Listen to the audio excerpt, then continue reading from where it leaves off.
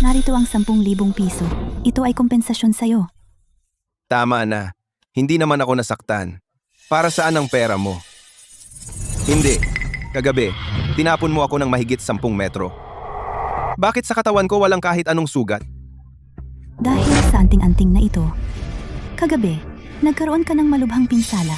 Ngunit ang anting-anting na ito, pagkatapos maglabas ng gintong liwanag, nawala lahat ng sugat mo.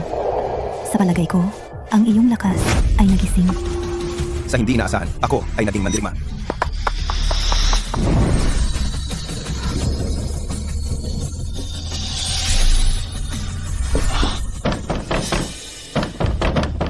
Umaga pa lang. Sino yan?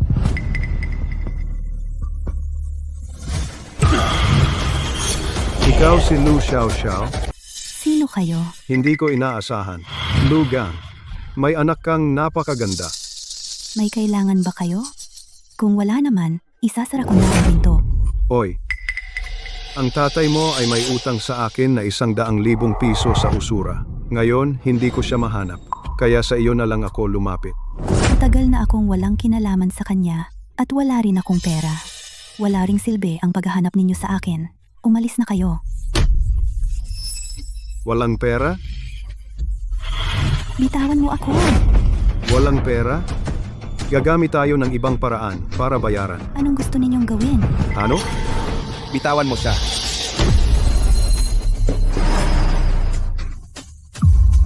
Nene, may alaga kang lalaki?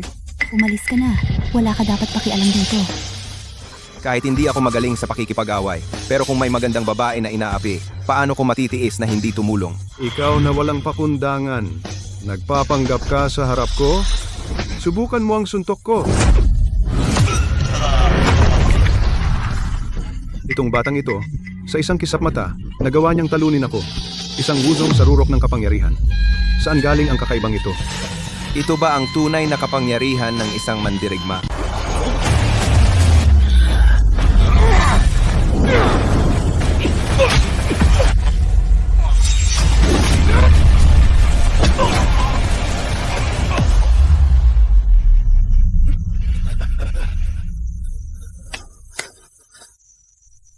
Okay ka lang?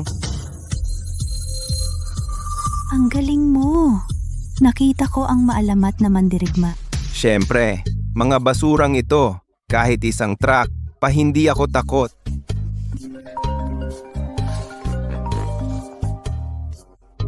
Naku, may late na ako sa trabaho. Oo nga, ako si Xiao Yang. Nagtatrabaho ako sa Summer Cafe. Kung darating ang mga ito at mga aapi sa'yo, pumunta ka doon at hanapin ako.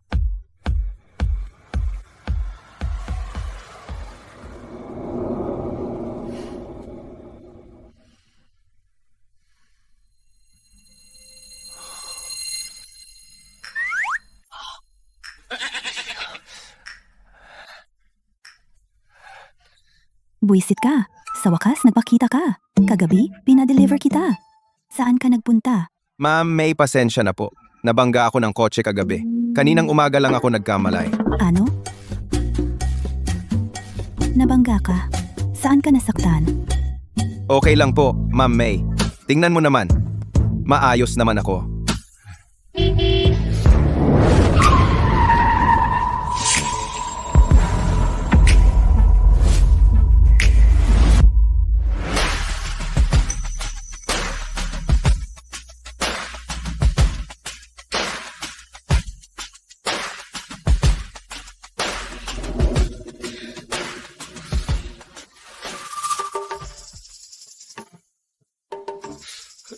Nagkukunwaring hindi ako kilala. Ate Mai, sino ito? Pagkwat. Parang ang mga mata mo'y lalabas na. Narinig ko na ang pinakamagandang babae sa Haicheng. Narinig ko na ang pinakamagandang babae sa Haicheng. Napakaganda. Ang mas mahirap mahanap ay, siya ay isang business genius. 20 ilang taon pa lang siya na ang pinakamalaking grupo sa Haicheng chairperson ng kumpanya. Napakagaling. Siya ba ang... Tama. Siya ang panganay na anak ng pamilya Linlin Mohan. Bibigyan kita ng pagkakataon maglingkod sa pinakamagandang babae ng Haicheng. Pumunta ka ba o hindi? Gusto ko nga. Pero Pero ano? Natatakot lang ako na magselos si Ate May. Nakakainis. Araw-araw walang seryoso.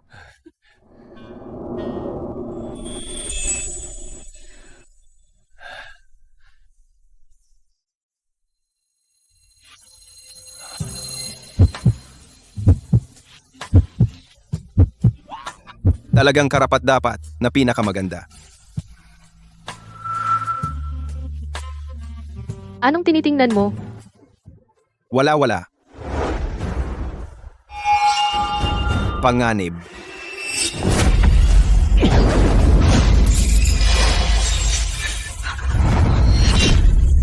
Hinahanap mo ang kamatayan mo. Ako ang hari ng mandirigma sa rurok.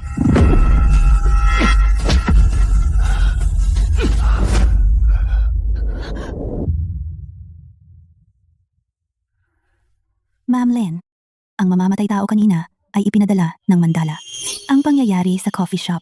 Ayon sa iyong utos, hinarangan ko ang lahat ng impormasyon. Mandala. Mukhang sa pagkakataong ito, gusto talaga ng kabilang panig na patayin ang pamilya Ling. Kumusta na siya ngayon? Sabi ni Dean Zhao ginawa na niya ang lahat. Pero ang puso ng taong ito ay sinaksak. Maliban na lang kung may milagro, kung hindi. Makipag-ugnayan sa kanyang pamilya agad. Hanggat maaari. Magbigay ng kompensasyon. Sige, gagawin ko na ngayon.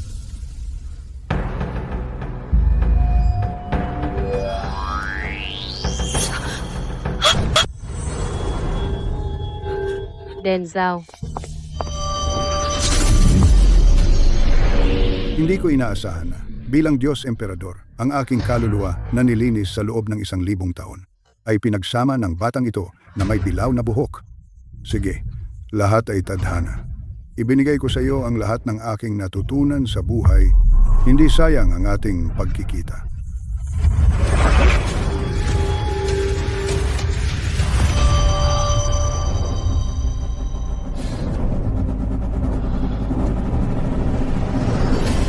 Wow, mukhang astig.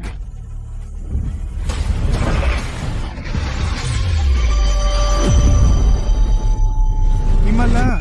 Totoo ngang himala! Hindi lang niya automatikong ginamot ang sugat, kundi binago rin ang katawan. Ngayon, ang mga indikasyon ng kanyang katawan ay umabot sa perpektong antas. Bilang doktor, sa loob ng maraming taon, hindi pa ako nakakita ng ganitong katawan. Lumayo ka sa akin. Ikaw, Xiaoyang. Xiaoyang, gising ka na. Dean Zhao, ano ang kalagayan niya ngayon? May panganib pa ba sa buhay niya? bilang doktor sa loob ng 30 taon, ito ang unang beses na nakakita ako ng ganitong kakaibang bagay. Wala na siyang problema. Ngayon pa lang ay maaari na siyang mag-apply para sa paglabas. Sigurado po kayo? Hindi na siya kailangang maospital? Ang katawan niya ngayon ay mas malusog pa kaysa sa maraming atleta. Saan pa siya kailangang maospital? Mag-usap kayo? Mauuna na ako. Salamat po.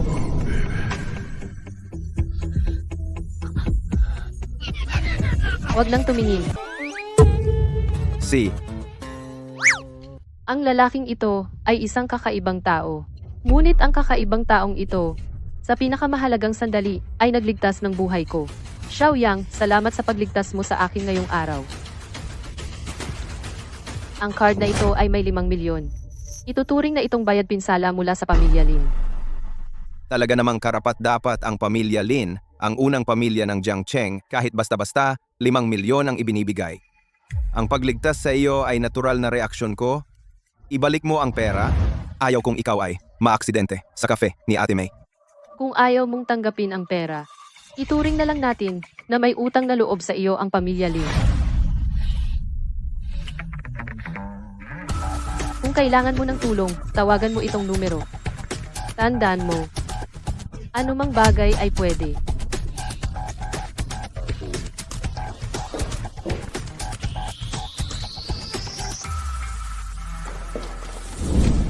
Kahapon lang nagkaroon ng homicide. Ngayon ay bukas pa rin ang negosyo. Mukhang ang kakayahan ng pamilya Lin na mag-suppress ng balita ay talagang kahanga-hanga. Rui, maging girlfriend mo ako, bibigyan kita ng kayamanan at katayuan. Mula ngayon, hindi mo na kailangang maghirap, kumanta para kumita ng pera. Nakakadiri! Liang Zi, Ilang beses ko bang sasabihin sa'yo, huwag mo akong tawaging Rui-Rui. May pagkakilala ba tayo? Rui, mahal na mahal kita. Niligawan kita ng matagal. Gumastos ako ng maraming pera para sa iyo. Hanggang ngayon, hindi mo man lang ako hinayaang hawakan ng kamay mo. Huwag kang magsalita ng kung ano-ano. Sikat na mang-aawit ako. Kailan ako gumastos ng pera mo? At saka, kung isasama mo ang mga ticket ng concert na scalper, sa pangalan ko din, wala na akong masasabi. Shin. Ngayon, kahit anong mangyari, isasama kita. Pre, sa liwanag ng araw, ang pagiging bastos ay hindi maganda. Bastos, sino ka ba? Binabalaan kita. Huwag kang makialam. Ito ang boyfriend ko. Magkasama na kami. Mula ngayon, huwag mo na akong guluhin. Rui, kung maghahanap ka ng harang, humanap ka naman ng presentable. Paano makakasabay sa iyo ang ganyang tao? Ano yang sinasabi mo? Kahit maniwala ka o hindi, siya pa rin ang boyfriend ko.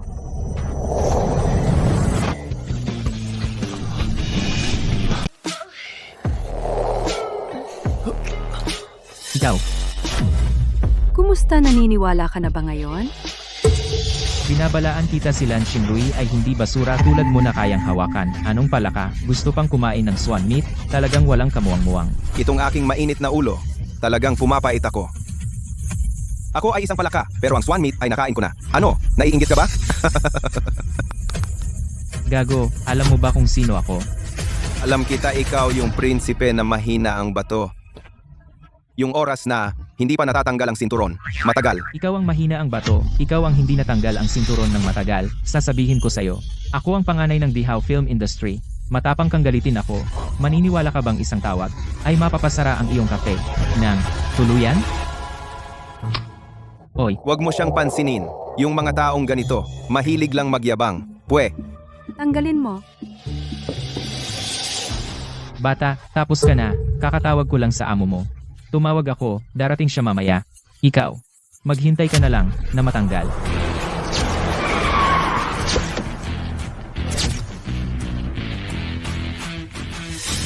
Ay naku. Dumating na talaga ang may-ari ng kafe. Hindi naman siguro, matatanggal ka na ba talaga? Ma'am May, magandang araw. Xiaoyang, kilala mo ba itong tao? Ma'am May, nag-claim siya na siya ay ang panganay na anak ng Dihao Films. Kanina pa niya sinasabing kilala ka raw niya. At sinabi pa niya na dapat mo akong tanggalin. Dihao Films. Isang mababang uri lang na kumpanya ng pelikula at gusto pa akong utusan ako. Nakakatawa talaga. Ma'am May, huwag mong isipin na dahil mayaman ka, minamaliit mo ang iba. Ang empleyado ng tindahan ninyo ay inagaw ang kasintahan ko. Ngayon, kailangan mong bigyan ako ng paliwanag. Ikaw mismo, hindi mo mahabol ang babae at sinisisi mo pa ang iba. Talagang hindi makatuwiran. Ma'am May, sa totoo lang, Wala nang kailangan pang sabihin. ako, Ma'am May, hindi ko ba kilala ang mga lalaking tulad ninyo? Pero kailangan mo ring alagaan ang iyong katawan. Ano na? May nakilala ka bang bago na may-ari ng coffee shop? Kung wala, makikipag-shopping na ako, kasama ng kasintahan ko. Blue Shinru, hindi ka ba isang singer lang? Anong dapat mong ipagmalaki? Hindi ko siya madisiplina, pero ikaw, hindi ba kaya kitang disiplinahin? Akala mo ba, kung wala kaming maliliit na kumpanya, mabubuhay ka? Sasabihin ko sa iyo, tatawag ako sa tatay ko ngayon, para i-join ang lahat ng film companies, at i-blacklist ka. Ano? Natatakot ka rin ba, Blue Shinru? Nasaan ang iyong pagiging mataas kanina? Magpatuloy ka sa pagmamayabang. ano, natatakot ka ba talaga? Noong nakaraang buwan, pumirma ako ng endorsement contract na may penalty. Kapag na-blacklist ako, haharap ako sa bilyong danyos. Kung hindi, halikan mo ako ulit. Aayusin ko ang problemang ito na nasa iyong harapan. Ano sa tingin mo? Ikaw? Isang barista lang. Huwag kang magbiro. Paano mo malalaman kung hindi mo subukan? Nagbibiro ba ako? Kung totoo, hindi ba malaki ang pakinabang mo? Sige, deal. Subukan lang. Uy, Lin, gusto ko humingi ng pabor. Gusto kong ang Dihao Film, hindi na makabangon. Okay, pwede mo na akong halikan ngayon. Anong biro yan? Isang tawag lang gagawin ng lahat. Kayo ba'y nakikinig sa sinasabi ko? Sasabihin ko sa iyo, Blue Shinru, kahit dumating ang hari ng langit ngayon, mamamatay ka. Uy, Tay, gusto ko na i-join mo ang lahat ng film companies at i-blacklist si Blue Shinru. I-blacklist? Anong hindi dapat ginagalaw na tao? ang na-encounter mo sa labas. Bigla na lang, ang 3 henerasyon nating pundasyon, tinanggal ng tao. Nabangkarote ang pamilya natin. Anong sinabi mo? Kanina umaga umalis ako, okay pa naman. Nagkakamali ka ba? Sarili kong kumpanya. Siyempre alam ko. Bumalik ka agad dito. Papaluin kita sa binti. Ano? Ngayon, naniniwala ka na ba? Sino ka ba talaga? Anong itsura mo yan? Hindi ka naman magpapalusot, di ba? May CCTV tayo eh. Sige, talo. Dapat tanggap. Sige, halikan mo ako. Hindi naman first time.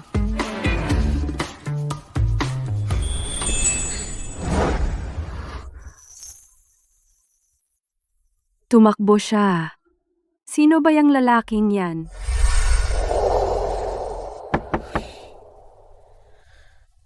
Ginoong Lin, nabagsak na namin ang kumpanyang Dihaw. Pero itong si Xiaoyang, bakit bigla kayong pinakiusapan? Maghanap ng isang gulo para sa isang kumpanya ng pelikulang pangatlong klase. Hindi mahalaga. Hindi kami sumisira ng pangako. Dahil humingi siya. Gawin na lang natin ang hinihingi niya. Siya nga pala. Kumusta ang paghahanap sa misteryosong tao? Wala pa ring bakas. Sabi ng tatay ko, ang krisis ng pamilya Lin ngayon, ang misteryosong tao lang ang makakalutas. Pero hindi pa rin namin mahanap ang kanyang bakas.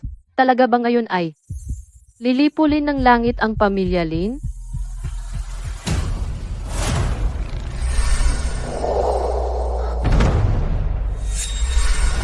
Ang jade pendant na suot niya? Hindi kaya? Iyong jade na suot ni Xiaoyang? Xiao Xiao. Xiao Xiao.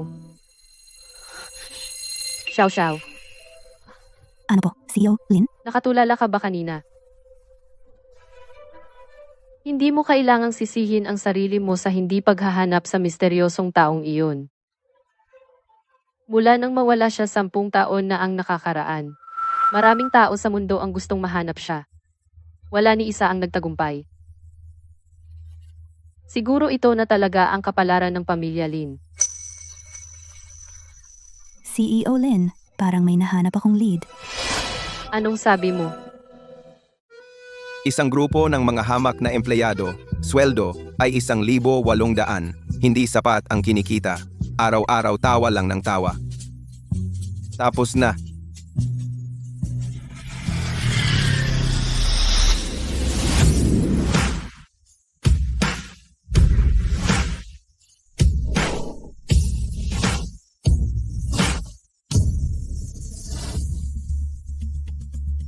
Ikaw si Xiaoyang, di ba?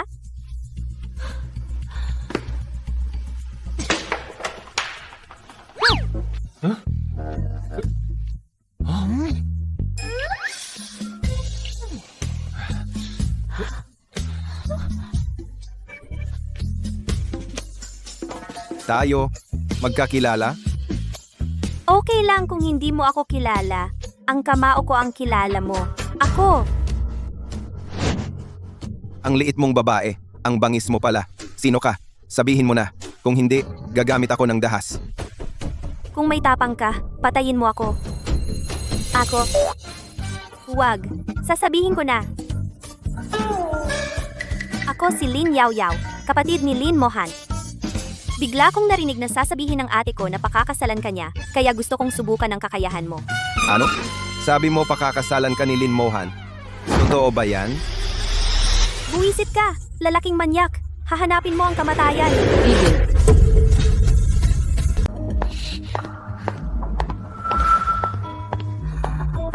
Xiaoyang, ito ang kapatid kong si Lin Yao Yao. Yao Yao, humihingi ka ng tawad kay Xiaoyang. Ayoko. Siya ay nagtatrabaho lang ng part-time sa kapihan. Nagtatrabaho bilang part-time, ang sweldo niya sa isang buwan ay wala pang 1,800. Ate, ikaw ang presidente ng Lin Corporation. Hindi ko talaga maintindihan. Ano ba ang nakita mo sa kanya? Hindi mo na ako pinapakinggan. Dali. Ayoko. Sa tingin ko lang, hindi siya karapat-dapat sa iyo. Gusto mo akong humingi ng tawad sa kanya? Wala kang pagkakataon. Iniwan mo ang kotse. Pasensya na. Ang kapatid ko ay pinalaki kong spoiled. Huwag mo na lang pansinin ang sinasabi niya. Wala iyon. Sinabi niya kanina na pakakasalan mo raw ako. Ano ba talaga ang nangyayari?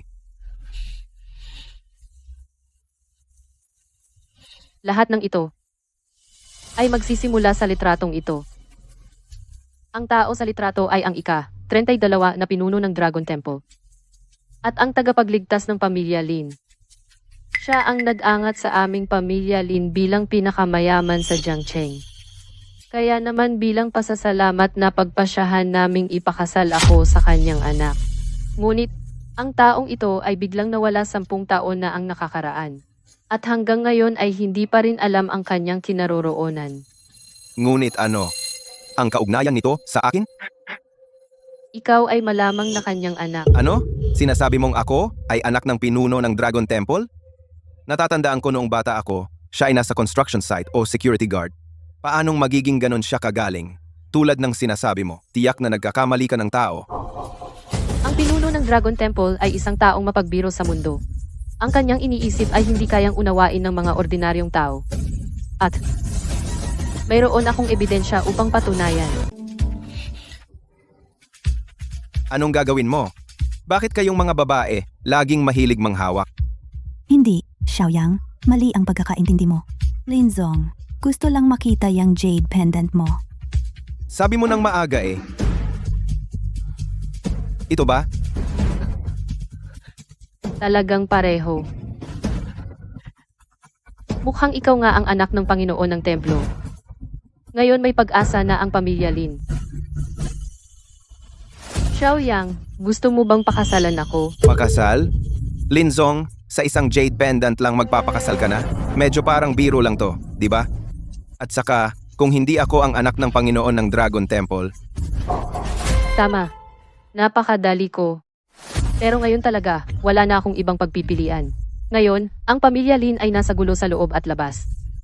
Malapit nang gumuho ang aming tahanan. Kailangan kong mag-isip ng paraan upang kontrolin muna ang panlabas na puwersa at saka lutasin ang krisis sa loob para maligtas ng lubusan ang pamilya Lin. Xiaoyang, sa pagsasabi ko nito, baka mahirapan ka. Pero handa ka bang tulungan ako? ibig mong sabihin, gusto mong magpanggap ako na anak ng Panginoon ng Templo para magamit mo ang pangalan ng Dragon Temple para sa mga nagnanais na saktan ang pamilya Lin, hindi sila maglakas loob na kumilos laban sa inyo. Tama ba? Tama. Pero huwag kang mag-alala, itataon ko ang iyong pagkatao, sisiguraduhin ang iyong kaligtasan. Kung ayaw mo, Pumayag ako. Pero pagkatapos na malutas ang krisis ng inyong pamilya, gusto kong hilingin sa pamilya Lin na tulungan akong hanapin ang aking ama. Kahit sino man siya, sige, bukas ng 3:00 ng hapon, maghihintay ako sa harap ng civil registry. huwag kang mawawala.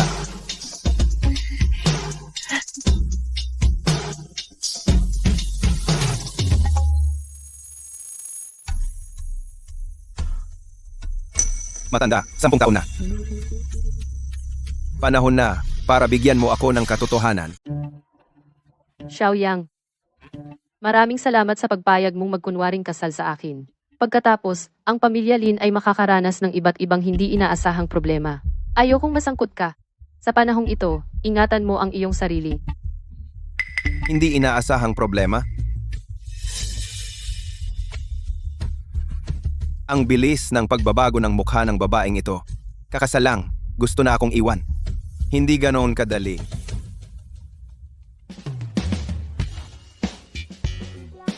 Napakataas ng gusaling ito. Talaga namang pamilya Lin. Mukhang sa hinaharap basta makakapit ako sa asawa ko. Hindi na mag-aalala sa pagkain at inumin.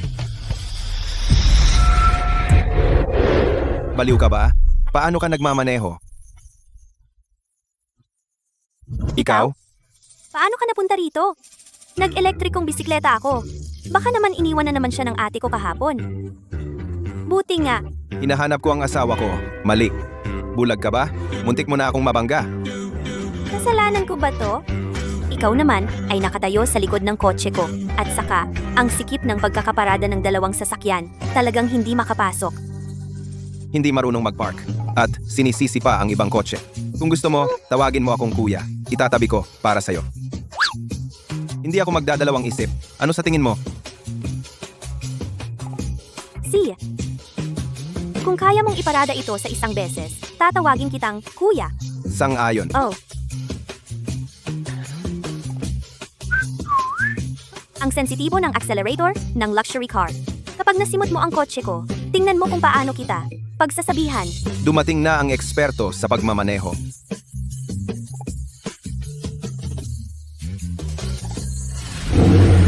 Ako.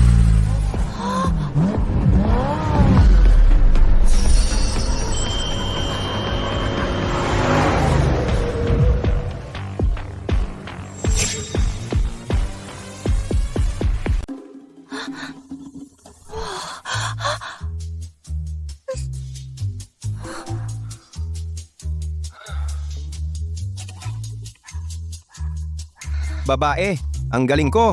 Ha? Ano? Panalo ba? Hindi ko inakala na hindi naman pala siya ganoon kagaling, pero magaling pala siyang magmaneho. Naku, may late na ako. Kailangan ko nang iligtas ang ate ko. Babae, hindi ba't sinabi mong tatawagin mo akong kuya kapag naipark ko ng maayos ang sasakyan mo? Bakit ka naman? Miss Lynn? Bakit? Sinusundan mo si Miss Lynn. Naghahanap ka ng gulo, di ba? Tigil. Huwag mo na akong guluhin. Ang taong hindi type ng ate ko, siguradong hindi ko rin type. Umalis ka na. Ano bang sinasabi mo? Aakyat ako para hanapin ang asawa ko. Bastos kang bata ka, may asawa ka raw, hindi ba ako mas gwapo sa'yo? Single pa ako. Sa tingin ko, gusto mo lang sundan si Miss Lynn. Lakad, sa presinto tayo. Sabi ko na sa inyo, hindi kayo naniniwala. Tingnan nyo, bagong-bago pa ang marriage certificate ko.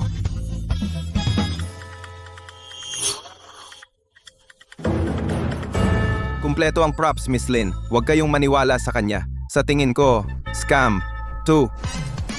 Xiaoyang, kasal ka na talaga sa ate ko?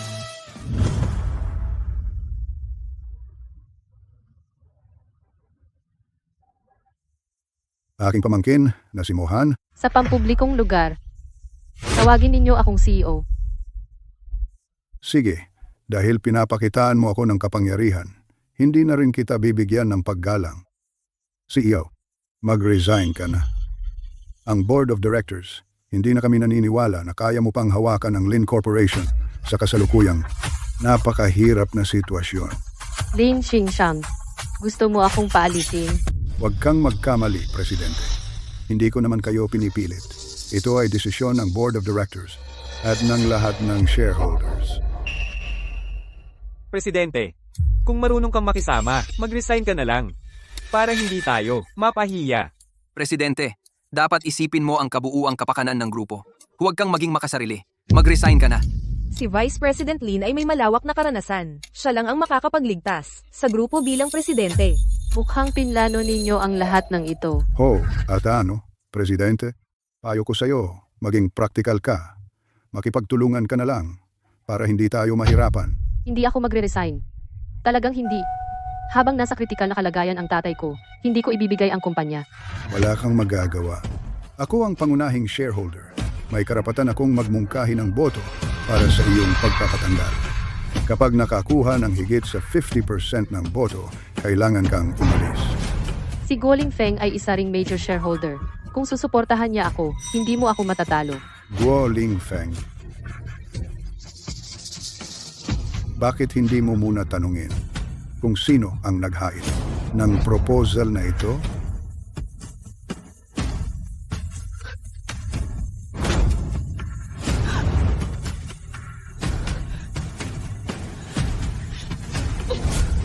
Guoling Feng, ikaw. Ano ang problema? Ang matalino ay umaayon sa panahon.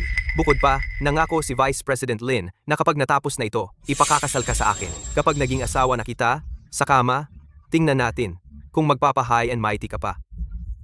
Walang hiya ka. Tama na. Tigilan na ang usapan. Magsimula na tayo sa pagboto.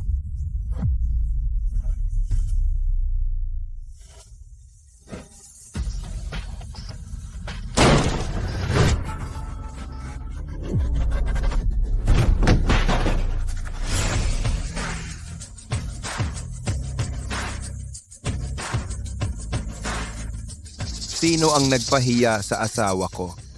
Gusto mo bang mamatay? Saan galing ang mga ito? Guard, hulihin siya. Tigil na. Mga walang kwenta iyan. Nakahiga na lahat sa may pintuan. Anong ginagawa mo? Ano? Sasaktan kita. Ikaw ang nag-utos na arestuhin ako.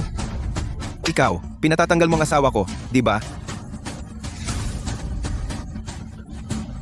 Sino ba ang asawa mo? Dumating ka at nangaway agad. Baliw ka. Si Lynn Mohan, ang asawa ko. Nag-iimbento ka. Baliw ka. Ipapa-aresto kita sa pulis. Pulis. Lu Xiao, saan mo nakuha yung siraulo? Papalayasin mo agad ang baliw na yan. Lumayas ka. Kung hindi, tatawag ako ng pulis para arestuhin kayong dalawa at dadalhin kayo sa presinto. Mukhang ang matandang ito ay hindi rin magaling. Kung hindi kita sasampalin, akala mo panalo ka. Tigil. Ano na namang gulo ang ginawa mo? Bakit ka nanakit ng tao ng basta-basta? Tumutulong ako sa iyo. Ito ay isang importanteng pulong ng kumpanya. Hindi ito away ng mga tambay sa kanto. Depende sa isip, hindi sa suntok. Umalis ka. Ang gagawin mo lang dito ay magdagdag ng gulo. Asawa, bakit mo ganyan sabihin? Hindi na kita tutulungan.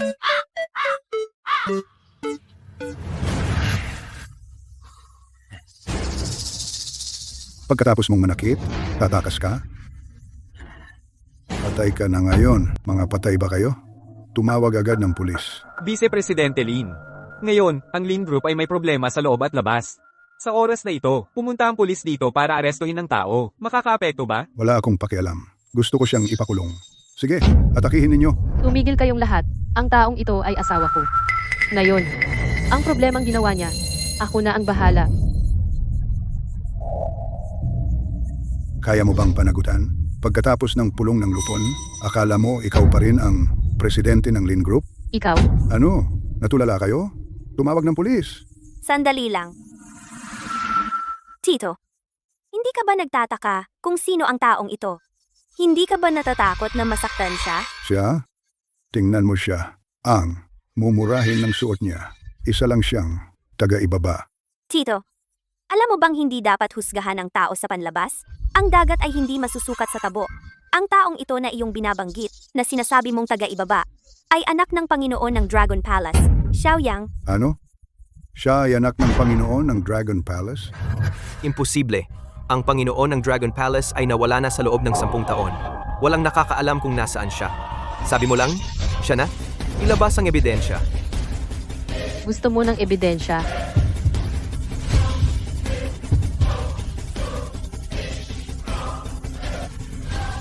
Ang jade na ito ay pag-aari ng Panginoon ng Dragon Palace, na lagi niyang dala.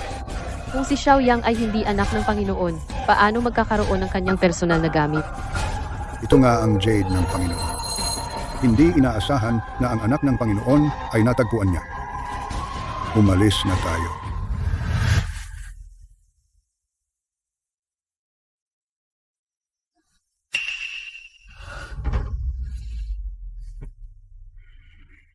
Tito Lin. Ganyan na lang aalis? Bakit? Gusto mo pang makipaglaban sa anak ng Panginoon ng Dragon Palace? Lin Mohan, magsaya ka muna ng 2 araw. Kapag namatay na ang tatay mo, ang kumpanyang ito ay akin din. Xiaoyang, mamaya, papasakayin kita ng driver para ihatid ka pa uwi. Ihatid mo ako pa uwi. Asawa kanina, tinutulungan kita. Bakit bigla kang nagbago? Ano yun? Tinutulungan mo ba ako? Yung mga taong sinuntok mo kanina ay may maraming shares sa kumpanya. Sa oras na yon, siguradong magkakaroon ulit ng pulong ang mga may-ari ng sapi. Mapipilitan akong bumaba sa pwesto. Huwag mo muna isipin yan. Tatanong lang ako sa'yo, yung pinalo ko sila kanina. Natuwa ka ba? Oo, sobra. Tama yan, dapat masaya ka. Ganyan dapat ang paghihiganti.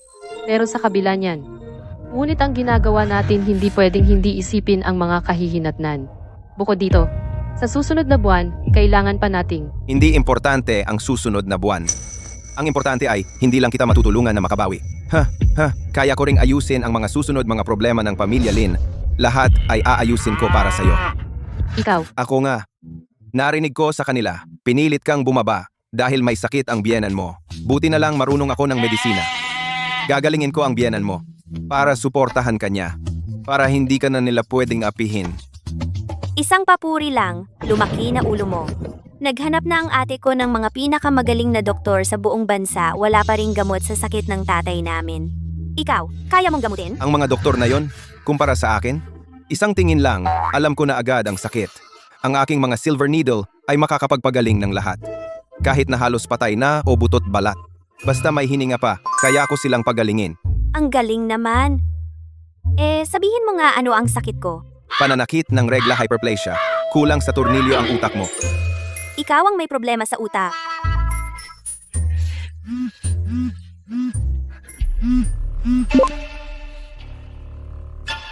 Ano? Ang tatay ko, malapit nang mamatay.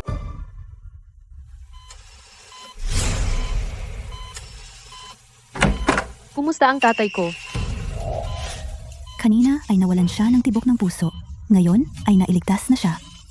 Sino ito? Ito ang doktor na hinanap ko para sa tatay ko.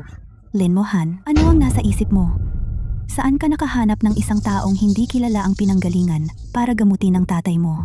Gusto mo bang mamatay nang mabilis ang tatay mo? Nakakasagabal ba sa pagmana mo ng shares? Zuo Junhua, bantayan mo ang iyong pananalita. Bukod pa riyan, ito ay usaping pampamilya namin. Hindi ito nauugnay sa iyo. Hindi nauugnay sa akin? Ako ay nanganak ng isang anak na lalaki para kay Lin. Sabihin mo kung wala ba itong kinalaman sa akin? Ikaw naman, munting batang babae, maaga o huli ay mapapasa ibang pamilya? Ikaw ang tagalabas. Sa aking pagkakaalam. Sa rehistro ng pamilya Lin, walang pangalan ang anak na lalaking iyon. Ikaw? Bukod pa riyan, ang resulta ng paternity test ay hindi pa lumalabas. Sino ang nakakaalam kung ikaw at kung sinong ibang lalaki ang nagsilang ng batang iyon? Bago mawalan ng malay si Lin, siya mismo umamin na. Walang silbi ang hindi ninyo pag-amin. Ano ang pinag-aawayan ninyo? Bawal ang ingay sa intensive care unit. Hindi ba ninyo alam yan? Din Zhao, dumating ka sa tamang oras. Itong si Lin Mohan, hindi alam kung saan nagdala ng isang pabiglang lalaki para gamutin ang aming Lin. Ito ay malinaw na nais patayin ang aming Lin. Din Zhao, ang kaibigan ko ay may kaalaman sa medisina. Kaya nais kong subukan niya. Saan ka nagtapos ng medisina? Saang ospital ka ngayon nagtatrabaho? Ano ang iyong posisyon? Hindi pa ako nagtrabaho sa ospital. Hindi rin ako nag-aral ng medisina. Wala akong anumang posisyon. Oh, gusto ko sanang magtanong sa iyo. Ikaw na walang anuman, paano mo gagamutin si Amo Lin? Ito ay simple. Kailangan ko lang gumamit ng pilak na karayom upang isara ang Xiaohai, Tanjong, Kuze, 3 malalaking acupoint. At pagkatapos, ang tunay na key ay ipapasok sa kanyang Baihui acupoint. Pagkatapos ay dadaan sa Yuzhen, Mingmen, at ilalabas mula sa tailbone. Sapat na iyon. Siyempre, bago iyon, kailangan ko ng isang sangkap na pampagana. Diba? Anong sangkap? Tubig ng Huanglian. Kalokohan. Talagang kalokohan. Hindi man lang pag-usapan. Ikaw, batang lalaki, ang galing mo sa medisina? Sa isang taong may malubhang sakit, gumamit ng Coptis water ay isang malaking pagkakamali sa medisina. Matanda, marunong ka ba sa medisina? Ang biyanan ko, makapal ang dilaw na dila, mabigat ang puso at pali. Ito ay sintomas ng lason na pumapasok sa loob. Ang Coptis water ay nagpapabasa at humihinto ng dugo. Ginamit ko ito para mapanatag ang puso at baga ng pasyente. May problema ba? Sino ka? At sinasabi mong hindi marunong si Din Zhao. Si Din Zhao ay sa Haicheng Medical Circle ang pinakasikat na eksperto sa mga iyon. Eksperto? Hindi mo ba narinig ang kasabihang kung mapagkakatiwalaan ng eksperto, umaakyat ang baboy sa puno? Ang mga eksperto ngayon, hindi sa hotel, kundi sa club. Ang maliit na sakit ng biyenan ko hindi ninyo magamot. Sa tingin ko, kayo ay mga doktor na walang alam. Mayabang ka. Dekada na akong nagpapagamot. Hindi pa ako nagkamali sa isang kaso. Ikaw na isang batang walang karanasan ay nang insulto sa akin dito. Ikaw na doktor na walang alam. Ang biyenan ko ay may maliit na sakit lang at gusto ninyong patayin sa pamamagitan ng paggamot. Hindi kita ininsulto. Sasambahin pa ba kita? Ikaw. Si. Ngayon, papayagan ka naming gumamit ng Coptis water. Pero kung hindi mo magamot, inumin ang natitira lahat. Si, deal. Kung magamot ko, ikaw naman ang uminom ng natitira. Si. Nas. Kumuha ng isang baso ng Coptis water. Yung pinakamalakas. Opo.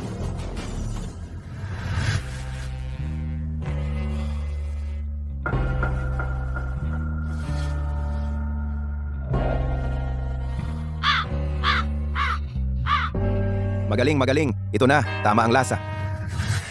Xiaoyang, may tiwala ka ba? Huwag kang mag-alala, asawa. Hindi kita bibiguin.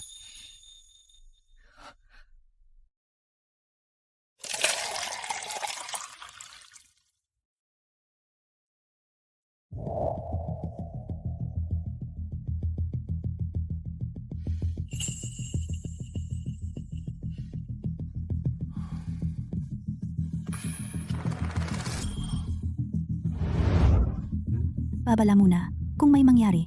Kung magkaroon ng problema sa pagturok, kayo ang may pananagutan. Huwag kang mag-alala. Ang taong pinatay ko, hindi mo kasalanan.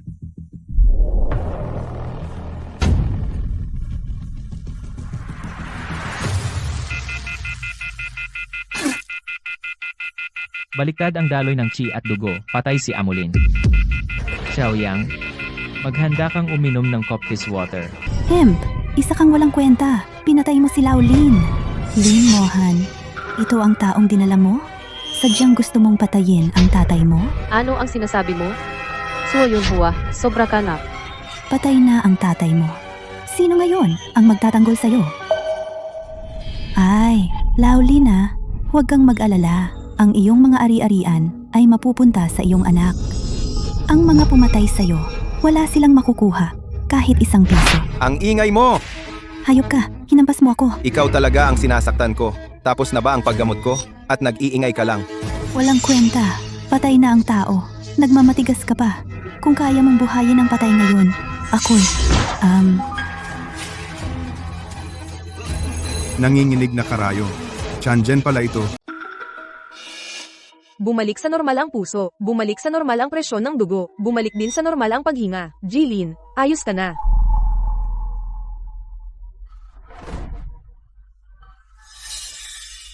Dean Zhao, salamat sa iyo. Ji, Lin, hindi ako ang kumilos sa pagkakataong ito, kundi dahil sa Ji Xiao na ito.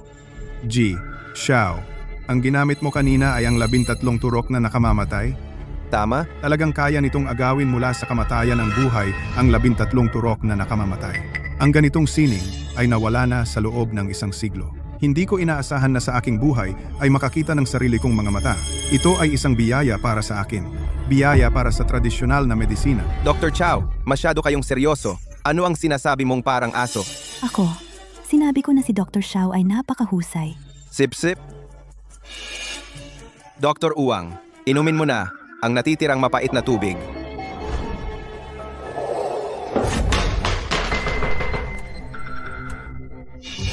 Ji Xiao, kanina, ako ang mali. Mali na ako. Kung gayon, inumin mo ang natitirang mapait na tubig lahat. Bastos kang bata, magandang loob akong humingi ng tawad. Huwag kang hindi marunong makaramdam ng utang na loob. Ito ang aking teritoryo. Hay!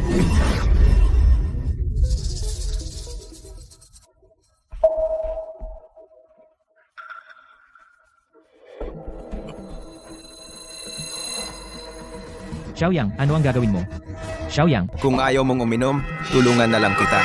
Hoy, Ginoong Xiao, alam na niya ang pagkakamali niya. Pakiusap, magpatawad ka. Dahil si Dean Zhao na ang humihingi ng tawad, papalampasin ko na siya.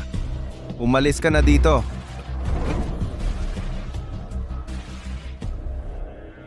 Ginoong Xiao, maraming salamat sa iyo. Huwag kang mag-alala, magkakapamilya naman tayo. Oo nga pala, hindi pa tuluyang gumagaling ang sakit mo. Sa totoo lang, may nanloko sa iyo. Ibig mong sabihin, ang sakit ng tatay ko, nilason siya ng isang tao?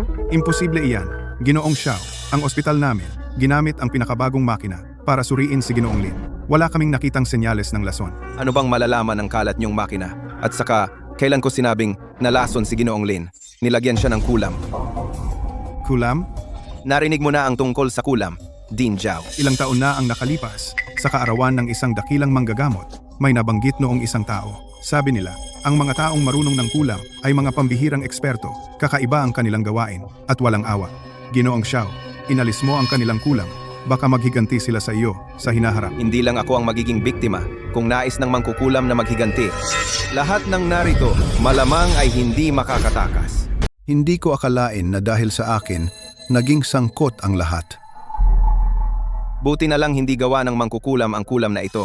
Kung gawa ng mangkukulam ito, patay ka na sana. Batay sa iyong mga sintomas, ang mangkukulam na ito ay tila baguhan at may malapit na kinalaman sa iyo. Siya kaya? Sigurado akong si Ginoong Lin ay may sagot na. Papel at panulat.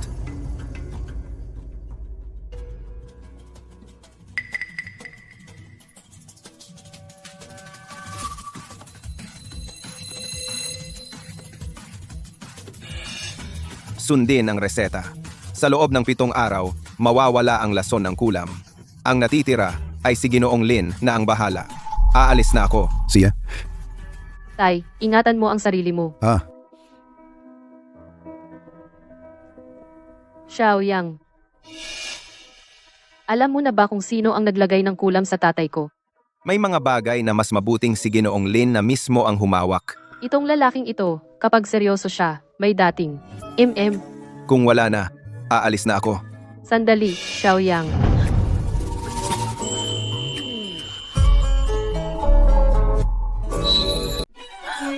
Ate, anong ginagawa mo? Ate, ayos ka lang ba? Wala. Ako. Ano ba yan? Ate mo ang humalik sa akin. Ako ang biktima, di ba? Fe. Sinta, nakakuha ka na. Nagmamaganda ka pa. Ulitin mo? Sigurado ka? Hahalikan din kita? Xiao Yang, kahit gumaling na ang tatay ko, pero ang Lin Corporation, hindi pa nakaahon sa krisis. Kamakailan, huwag ka munang bumalik. And sa coffee shop, Hindi bumalik sa coffee shop? Sigurado ka bang gusto mo akong buhayin? buhayin kita. Hindi, ang ibig kong sabihin, anong trabaho ang gusto mo? Pwedeng ibigay ng Lin Corporation. Kahit ayaw mong magtrabaho. Ang pera sa card na ito, masisiguro na walang problema sa buhay mo. Lalaki ako. Siyempre, kailangan kumita sa sarili. Ibawas mo na ito. Bukas pupunta ako sa Lin Corporation para sa interview. Tiyakin mong mag-ayos ka at ng isang madaling trabaho. Ate, tingnan mo siya. Ano? Nagising ang chairman. Lahat ay dahil sa isang batang si Xiao Yang. Ano ang gagawin natin ngayon? Ngayon, ang kalagayan ng kumpanya ay matatag na. Kahit na ang matandang iyon, personal na pumunta, wala nang magagawa. Ito ang si Xiao Yang. Hindi pa tiyak ang kanyang pagkakakilanlan. Kailangan nating mag-ingat. Isang lalaking hindi kilala ang pinagmulan. Sige, ano ang dapat ikatakot? Kapag dumating ang araw na siya ay bumagsak sa aking mga kamay, gagawin ko ang miserable.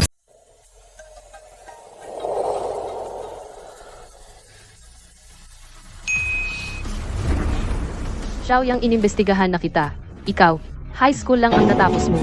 Nag-drop ka sa unang taon ng kolehiyo. Wala kang anumang sertipiko. Kahit may alam ka sa medisina, pero wala kang lisensya sa pagmemedisina.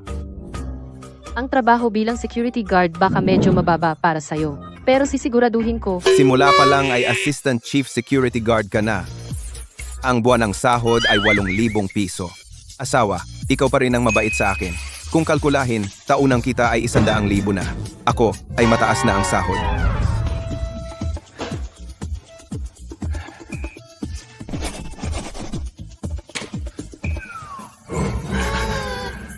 anong ginagawa mo?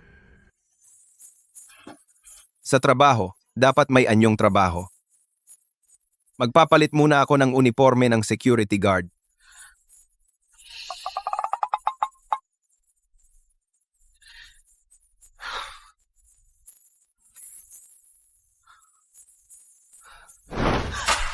Ano sa tingin mo? Asawa, guwapo ba ako? Pumasok ka na sa trabaho.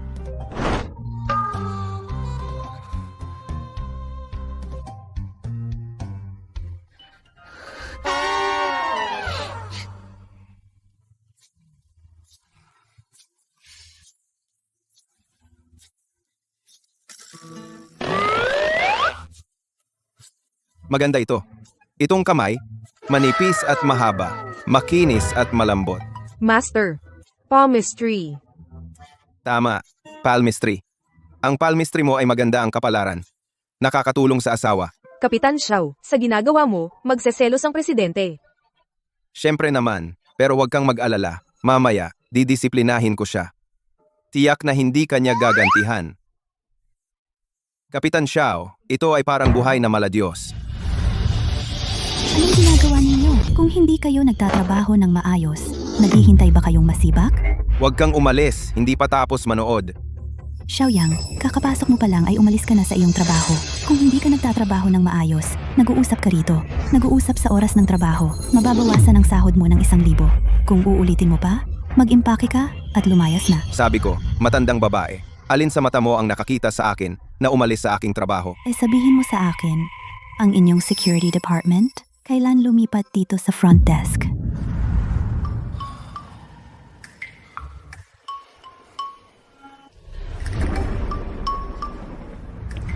Ang security department namin ay responsable para sa seguridad ng buong gusali. Nagpapatrol ako sa front desk. Tingnan kung may mga hindi dapat naroon. Nakakatawa. Sa palagay ko, ang hindi dapat naririto ay ikaw lang. Kayong mga security ay mga alaga ng kumpanya. Hindi ba? Saan nanggaling ang baliw na matandang babae? Nanggugulo ka ba sa kumpanya? Zhao Yanbo? Kunin mo ang posas. Ikulong muna siya. Nagre-rebelde? Talagang nagre-rebelde. Quad, Nandito. nasaan ang guard? Itaboy mo siya agad. Nagkataon, ako ang guard. Sabi ko, loka-lokang matandang babae. Bibigyan kita ng huling pagkakataon. Umalis ka agad sa Lin Group. Kung hindi, hindi na kita pakikitunguhan ng maayos. Mga alipusta ka? Pupunitin ko ang bibig mo ngayon. Anong nangyayari? Ang tapang mo. Naglakas loob kang pumunta rito ng hayagan sa Lin's Building para manggulo. Zhao Yanbo, hilahin mo muna siya papuntang security room. Ikulong muna natin siya. Captain Xiao, baka tayong sisantihin niya. Anong kinakatakot mo? Ako ang bahala. Si.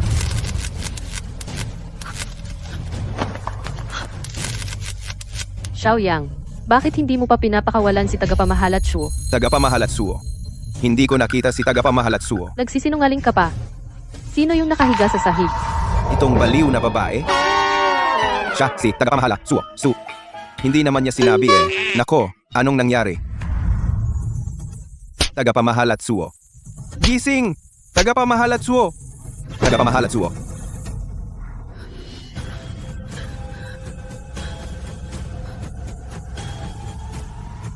Sisantehin siya. Ngayon, dapat siyang sisantehin. Lin Mohan, kung hindi mo siya tatanggalin ngayon, itong cutie na ito, hindi kita papatawarin. Tagapamahalat Su. Mayroon bang misunderstanding? Kung hindi, pumunta ka muna magpahinga, mag-usap na lang tayo sa ibang araw. Walang way. Sino ba ang hindi nakakaalam na kayong dalawa ay magkasabwat? Ngayon, dapat mo siyang tanggalin. Hindi lang iyon, idedemanda ko siya dahil sa pananakit. Papakulong ko siya. Ganyan ka magsalita? Sa asawa ko? Gusto mo pa bang subukan ang lasa ng stun gun? Xiaoyang, sa harap ng maraming tao, pinugbog mo ang amo. Ang bagay na ito ay hindi katanggap-tanggap. Binugbog ko ang amo mula simula hanggang wakas. Sinabi mo ba na ikaw ang amo? Hindi mo sinabi na ikaw ang amo. Paano ko malalaman na ikaw ang amo?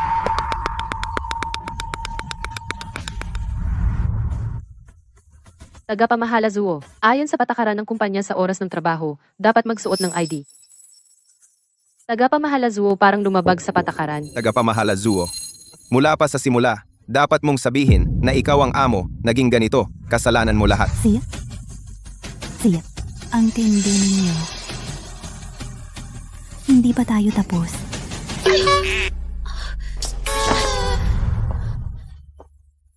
Xiaoyang, ang ginawa mo kanina masyadong padalos-dalos.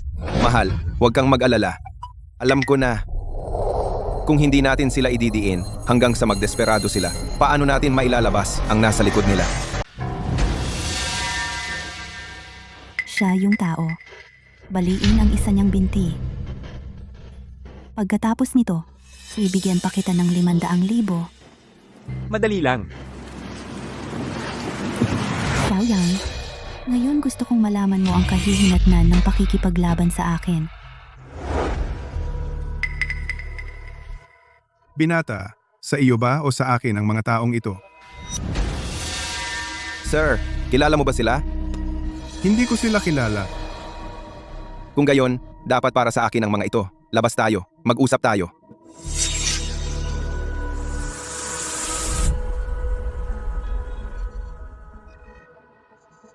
Bro, ang yabang mo ah. Nakita mo kami. Hindi ka man lang tumakbo. Sa tingin ko natakot. Nang hina ang binti kaya hindi na makatakbo. Bro, Huwag mo kaming sisihin kung mabigat ang kamay namin. May nagbayad para mabali ang isa mong binti. Kami ay tumanggap ng pera at ginagawa ang trabaho. naiintindihan? Naiintindihan? Naiintindihan? So gusto mo ang kaliwang binti ko? O itong kanang binti? Matalino ka pala. Itong kaliwang binti na lang. Nagmamadali kang mamatay.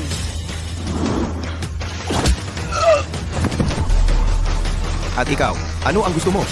Gusto mo ba ang kaliwang binti o ang kanan?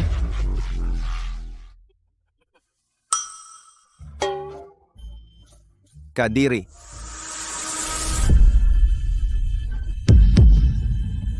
Ang nanakit kay Long Fei, akala mo makakaalis ka ng buhay? Feige, ito yung lalaking hindi ka nirerespeto. Kailangan mong ipaghiganti ang mga kapatid. Gusto mo rin ang binti ko? Maliw ka ba? Gabi na, naka-shades ka. Wala nang dada. Sabay-sabay na atakihin siya.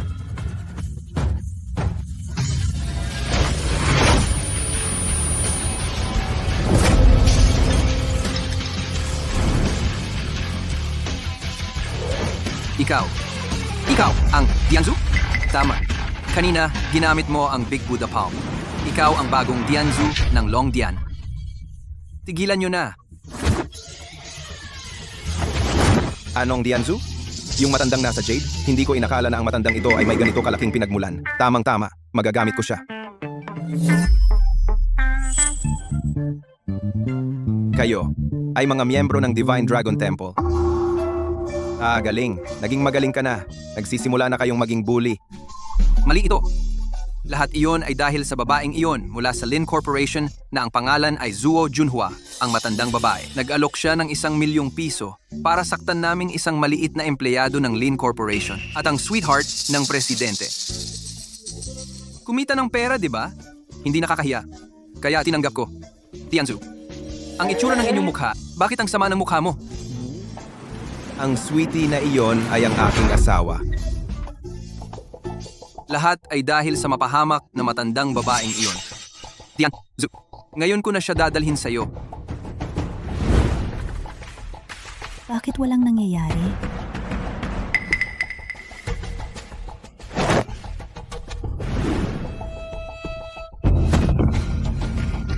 Hindi ba ito si Manager Tsuo? Faiga, ano't nakatayo pa kayo? Bakit hindi kayo sumugod? Ayaw niyo na ng pera? Vey, ang pera mo, itabi mo na lang para sa libing mo. Ano ibig sabihin nito? Zuo Junhua. Noong nakaraan, naging mabait na ako sa iyo. Hindi ka marunong magpasalamat. Gusto mo pang putulin ang binti ko? Xiaoyang, hindi mo ako maaaring saktan. Ako ang asawa ni Lin Yingjun. Ako pa ang iyong boss. Kung gusto mo pa ring manatili sa Lins, hindi mo ako maaaring galawin. Naku, tinakot mo ako. Pero, kakarinig ko lang na sinabi mong asawa ka ni Lin Yingjun.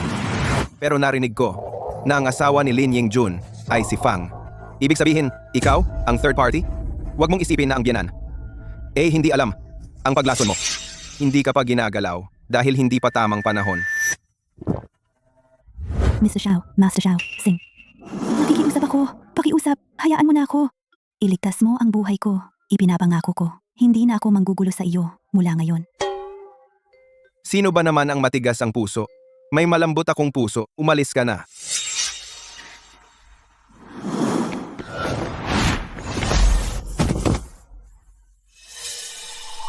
Puputulin ko ang binti mo para matuto ka.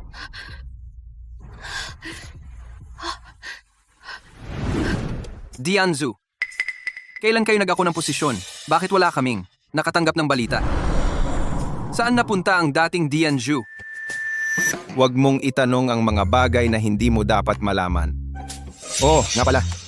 Ang ating Shenlong Dian. Maliban sa mga gawain ng gangster. Ano pang ibang negosyo? Gangsta, hindi, Dianzu. Ang ating Shenlong Dian ay ang buong Daxia. pinakamatanda at pinakamalalim na entidad. Bawat Dianju ay pawang mga dakilang tao na higit sa lahat. Lahat ng nangungunang conglomerate sa mundo, ay dapat yumuko sa inyo. Kayo, tawagin ang ganitong organisasyon na gangster? Napakalakas. Pagkatapos nito, magiging masaya bang gamitin?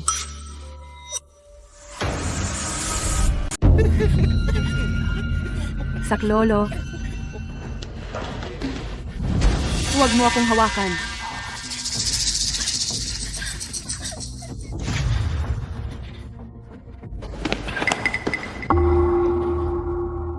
Tara na, Dianju. Madalas mangyari ang mga ganitong bagay dito. Ang mga babae mismo ay hindi disiplinado. Hindi na kayang asikasuhin lahat. Shinroy, Talaga namang isang malaking bituin, ang ganda-ganda. Mahalin siya minsan, kahit mamatay ay sulit. Ito ay babaeng tanging Diyos lang ang magmamahal. Ngayong gabi, gawin nating Diyos ang sarili natin. Huwag mo akong hawakan. Dali, dalhin siya pabalik. Hayaang muna si Yelang na tikman. Makakasunod din ang mga kapatid. Sinabi ni Yelang, ang mga ganitong babae kapag na video, talagang hindi sila maglalakas loob na magsumbong dahil kung ma-expose, tatapos na ang kanilang buhay. Talaga namang si Yelang. Talagang maraming alam at karanasan.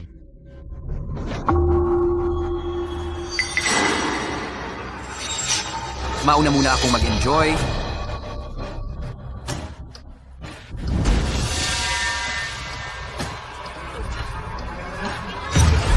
pre, ang pagsamantala sa pagkakataon ay hindi maganda, di ba?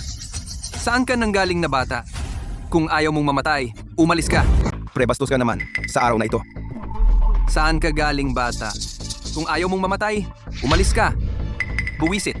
Ayaw mo na mabuhay? Bata, hindi madaling maging bayani.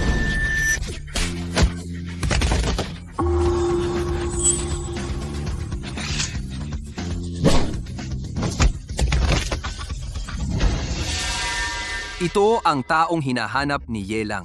Kung ayaw mong mamatay, umalis ka. Ano yang Yelang at baboy? Hindi ko siya kilala, no? Kilala mo ba? Isang walang kwentang tambay. Wala iyon.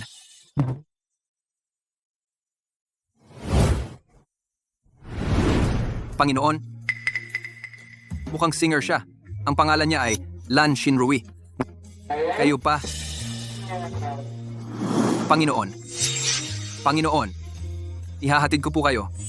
BMW, Mercedes, Land Rover. Pumili po kayo. Hindi na. May sarili akong sasakyan.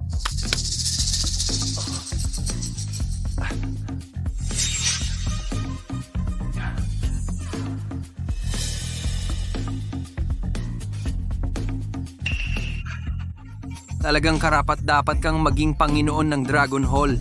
Bawat isa ay ganyan. Mas simple.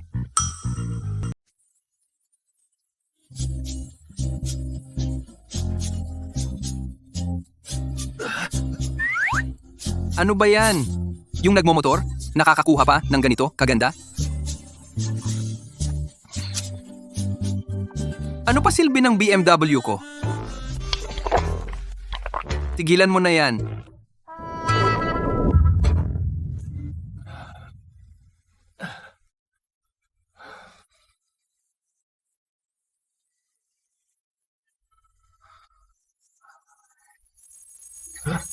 Ang init.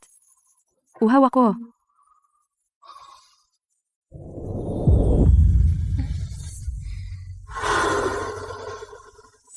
Pampagana yan. Niloko ka.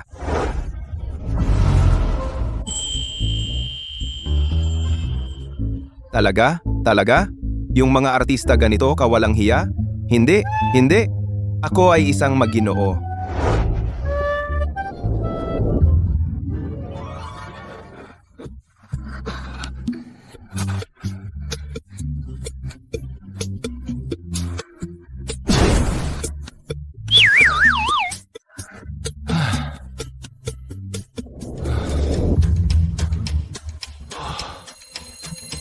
Xiaoyang. Xiaoyang. Sandali lang. Mamaya, i-acupuncture kita. Xiaoyang. Xiaoyang. Xiaoyang. Sino ba ang makakatagal?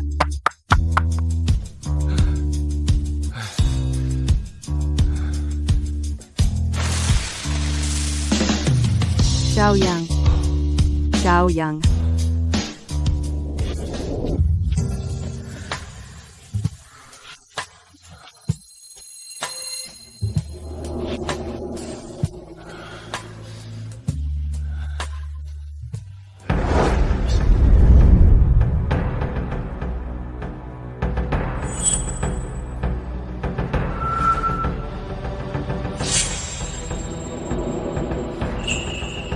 Mas gumaan ang pakiramdam ko. Ang galing na ito, tanging mga martial god ng Shantian stage ang makakamit nito.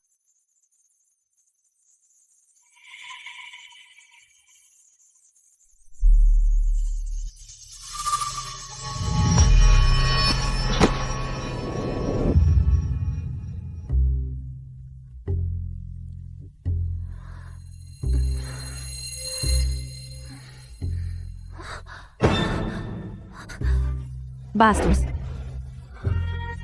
Ano ba yan? Ang ingay. Buong gabi na tayong nagkakagulo. Pwede ba? Magpahinga naman? Bakit ako nandito? Ano ang ginawa mo sa akin kagabi? Matanda na tayo. May nagawa ba ako sa iyo? May nagawa ba ako sa iyo? Hindi mo ba nararamdaman? Nagbabala ako sa iyo. Huwag mong subukan akong lokohin ngayon. Ang magpakitang tao o ano, imposible iyon. Gusto mo lang. Kailangan din ng pahintulot ni ate. Nakahinga ako ng maluwag. Nalason ka kagabi. Dumaan ako at nailigtas kita. Inalis ko ang lason sa'yo. Talaga?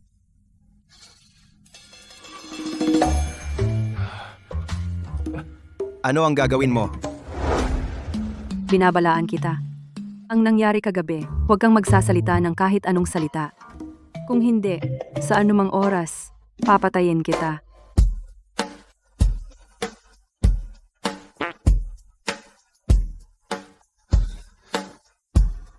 Ang lakas naman ng batang ito.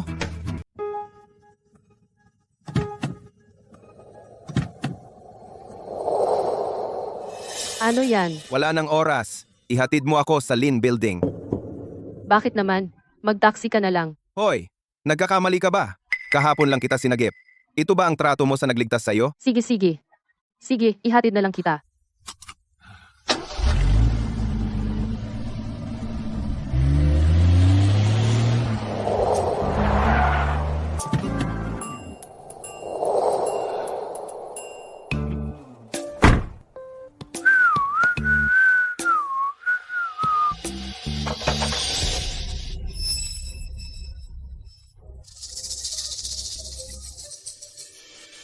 Huwag gumalaw. Anong ginagawa mo? Nakabangga tayo ng tao. Nakabangga ng tao. Kawawa naman ng matanda, nasagasaan ng kotse. Ano sa tingin nyo? Sino kaya ang nasa sasakyan? Nakabangga ng tao, pero hindi man lang bumaba ng sasakyan. Ang yabang talaga. Rolls-Royce ah. Mamahaling sasakyan. Nasa sasakyan. Baka importante ang tao doon. Kahit importante, hindi dapat baliwalain ang buhay ng ordinaryong tao. Parang walang halaga. Dahil importante, pwedeng hindi bumaba pag nakabangga. Walang awa. Tama. Puntahan natin sila at hilahin mula sa sasakyan. Ibaba. Ilantad sila. Tingnan natin kung sino ang walang puso. Xiao Yang, wala kang awa. Ingat. Ingat.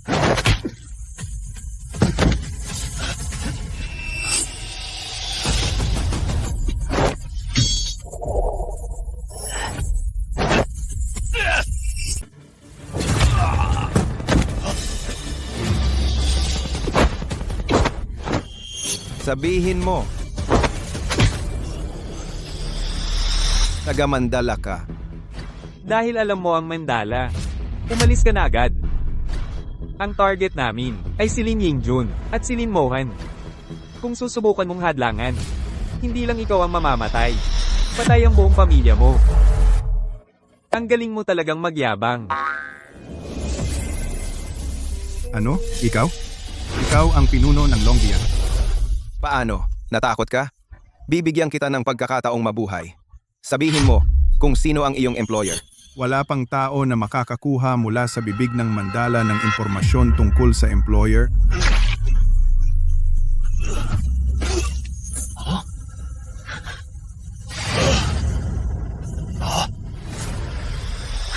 Tingnan ko. Kasalanan ko ito.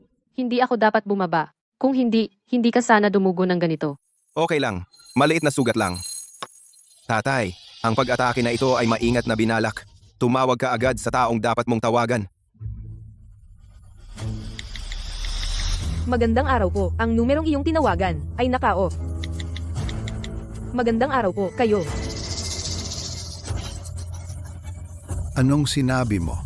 Patay si Lauma. Pumunta ka at tingnan mo. Nandyan pa ba ang safe ng lolo mo? Na-breach ang safe. Wala nang laman sa loob. Tay, anong nangyari sa iyo? Sa safe ng iyong pangalawang tiyuhin, ano ba talaga ang laman? Sa loob niyon, mayroon akong mga taong ito na naipon ko. Lahat ng aking koneksyon. At saka, mayroon din tayong ebidensya para manalo muli ang susi na ebidensya. Ang mga bagay na ito, kapag kinuha ng iyong pangalawang tiyuhin, natatakot ako na wala na tayong paraan upang pigilan siyang kunin ang kumpanya. Tay, pasensya na. Hindi ko naalagaan ang mga nagawa mo sa buong buhay mo. Pasensya na, Tay. Bienan, sa tingin ko, ang bagay na ito ay hindi naman walang pag-asa. Kung ang pumatay kay Tio Ma at ang sumubok pumatay sa iyo, Bienan, ay parehong grupo ng mga tao. Kung gayon ang taong ito ay tiyak na hindi si Lin Qingshan. Dahil ang grupo ng mamamatay tao na Mandala ay kayang kumuha lamang ng mga nangungunang korporasyon at si Lin Qingshan ay walang ganoong kakayahan. Baka naman ang nasa likod ng iyong pangalawang tiyuhin ang tumutulong sa kanya? Kahit na ganoon, ang puwersang iyon ay may ibang pakay. Bago nila makamit ang kanilang layunin, hindi nila basta-basta ibibigay ang Lin Group kay Lin Qingshan. Xiaoyang, ano ang gagawin natin ngayon? Nabigo ang pagtatangkang ito! Malamang, hindi sila gagalaw muna. Kailangan lang nating maghintay at manood. Pagkatapos, hintayin ang tamang pagkakataon para ilabas ang ahas sa butas. Halos isang buwan na ang lumipas. Itong taong nasa tapat, wala pa ring balita. Baka natakot sa pangalan ko bilang Dragon Palace Lord. Bilisan nyo, may tao. May tao. Sino po ang doktor? Bigla na lang nagkasakit ang ginoong ito. Kailangan ng lunas. Salamat po. Taboy. Ako si Dr. Wang ng ospital ng lungsod. Siya. Bigla ang stroke. Tawag agad ng 911. Doktor, ang lagay ng pasyenteng ito ay mukhang hindi maganda. Dapat kang gumawa ng first aid. Ikaw ba ang doktor o ako? Bago ang sistematikong pagsusuri, ang anumang medical intervention ay iresponsable sa pasyente. Siyempre, doktor po kayo. Pero, bilang doktor, dapat may ginagawa kayo. Tiningnan lang. Sandali, at aasa na lang sa 911. Anong, pinagkaiba nyo? Sa ordinaryong tao, lahat ng sakit ay umaasa sa makina. Malamang peke ang doktor na ito. Anong ingay nyo? Kayong mga ordinaryong tao, ano ang alam nyo sa agham? Ang ginagawa ko ngayon, sa pananaw ng agham, ay ang pinakamainam. Mga bobita, Dr. Wang, kung hindi kayo handang makipagsapalaran, hayaan ninyo akong tumulong sa matanda. Suyu, babala sa'yo, kung itutusok mo ang karayom, kukunin ko ang lisensya mo bilang nurse. Anong klaseng tao ka? Ayaw mong magligtas ng tao, pero pinipigilan mo ang iba. Ako na lang. Ikaw yan. Akala ko may pinagmulan ka. Security guard ka lang pala. Sino ang taong ito? Bakit naka-security guard uniform pa siya? Baka, security guard ng building na ito. Sigurado naman, walang normal na tao na naka-security guard, na gumagala lang sa labas. Ano bang sistema ng building nyo? Pinapayagan ninyo ang isang security guard na gamutin ang customer. Kung may mangyari, kaya nyo bang panagutan? Ikaw yung bagong security guard. Anong ginagawa mo dito? Huwag ka nang dumagdag sa gulo. Umalis ka na. Tingnan mong mabuti. Ako ang asawa ng presidente ninyo. Ano bang pakialam nyo sa ginagawa ko? Hoy, ikaw.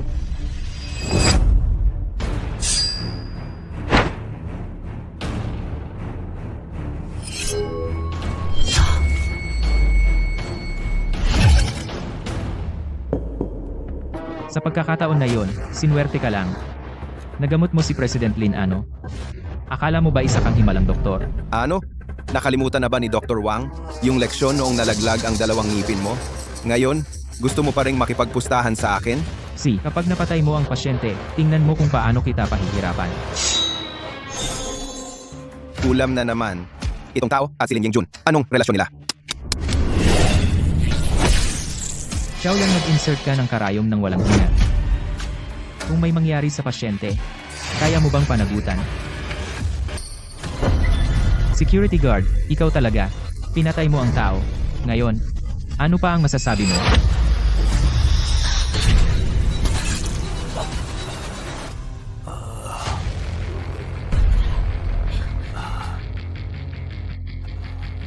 Sinta patay ka na.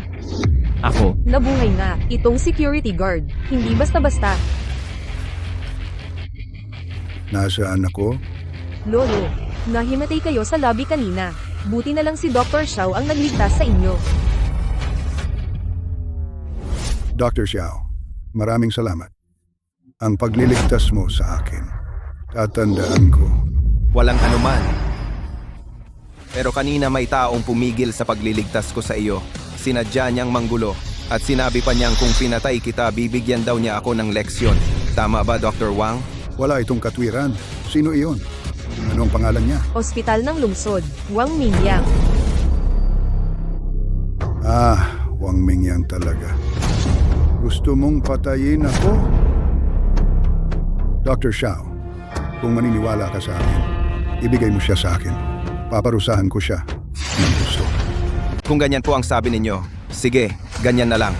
Teka, Dr. Xiao po, ang inyong pagligtas sa akin ay hindi ko makakalimutan. Ito ang aking business card.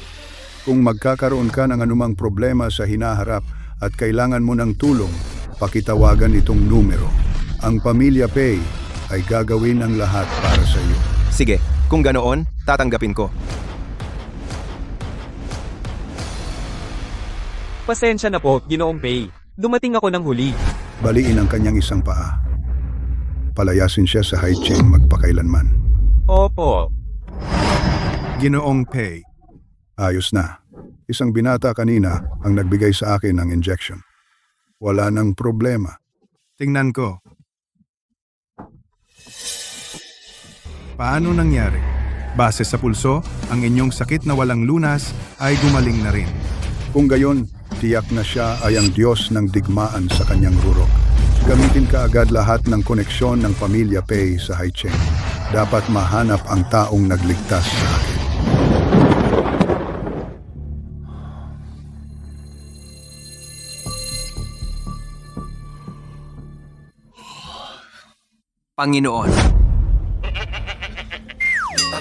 Panginoon, ang pinapatunayan ninyo sa akin dati, sina Lin Qingshan at Guo Lingfeng, ngayon ay may lead na. Natuntun ko. Ipagpatuloy mo ang pagmamanman. Ang natitira ay ako na ang bahala. Siya. Gusto pala nilang patayin ako. Kavili-vili. Kuya Lin? Si Xiaoyang na batang iyon ay binali ang aking binti. Dapat mong ipaghiganti ako. Si Xiaoyang ay isang martial artist. Kung marunong kang makisama, huwag mo siyang guluhin. Kuya Lin! Kuya Lin! Tungkol sa paglason mo sa akin, hindi ko alam. Dahil sa anak ko, pinatawad kita. Kung may susunod pa, hindi na kita papatawarin.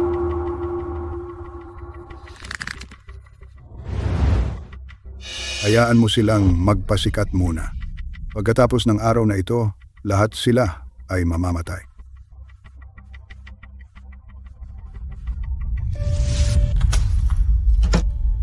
Halika, tikman mo ang luto ko.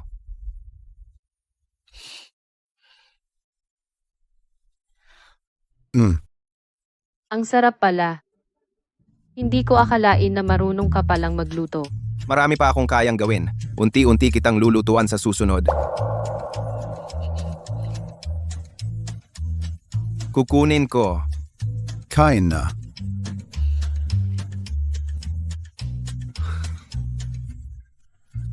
Ito ay isang kasamahan ko sa hukbo. Nagpadala siya ng alak mula Italy para sa akin. Tikman nating lahat.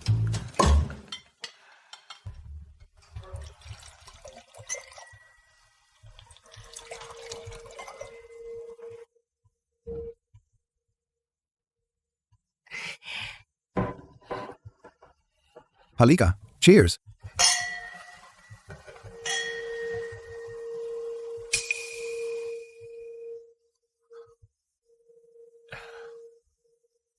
Talagang magandang alak. Mabango at malasa. Medyo matapang lang.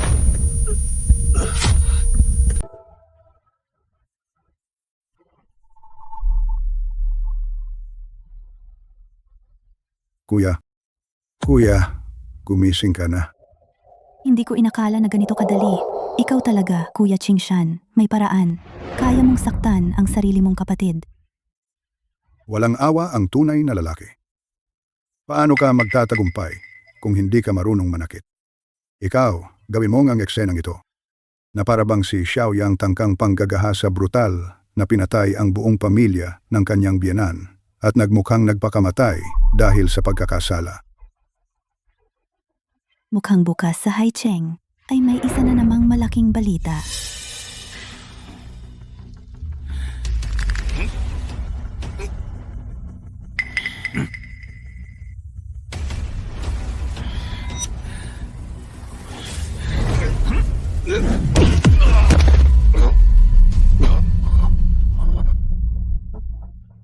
Imposible.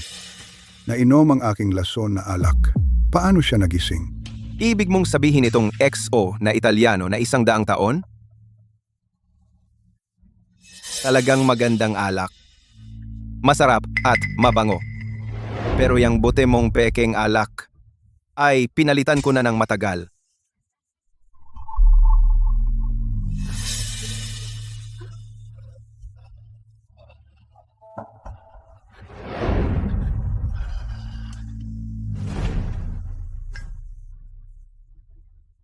Lin Chingshan.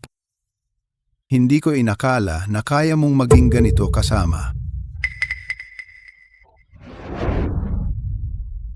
Gusto mo pa bang tumakas? Ang paligid ay puro tao ko.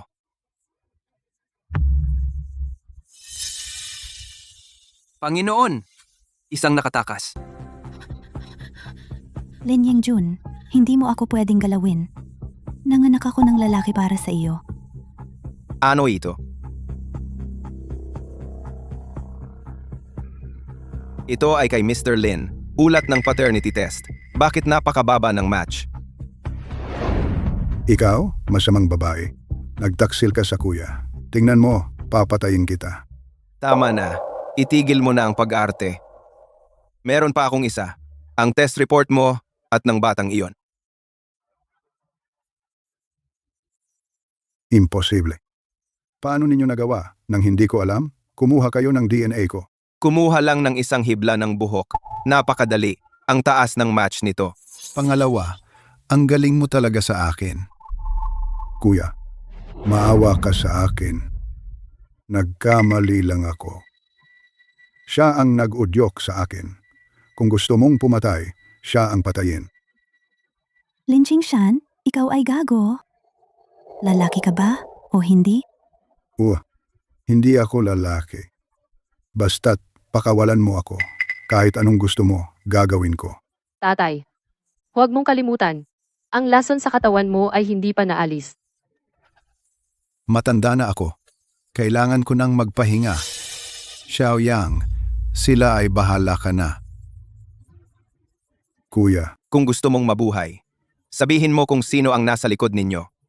At ang dahilan kung bakit ninyo ito ginawa.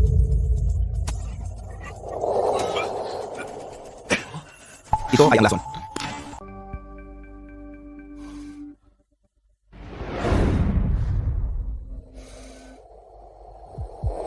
Lason ni Yan. Ipagpatuloy ang pagbabantay kay Guo Lingfeng. Siya na lang ang tanging pahiwatig. Si, Xiaoyang, ano kaya ang gagawin natin ngayon? Hintay. Hintayin nating lumitaw sila.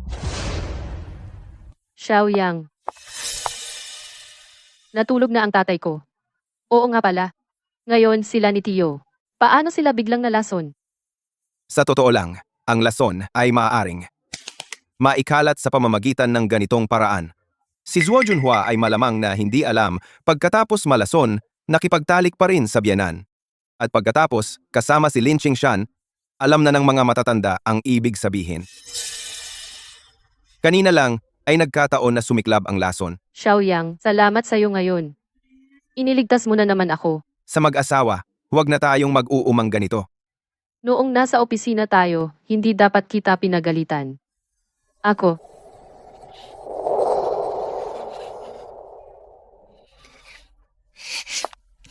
Ito ay napakasaya.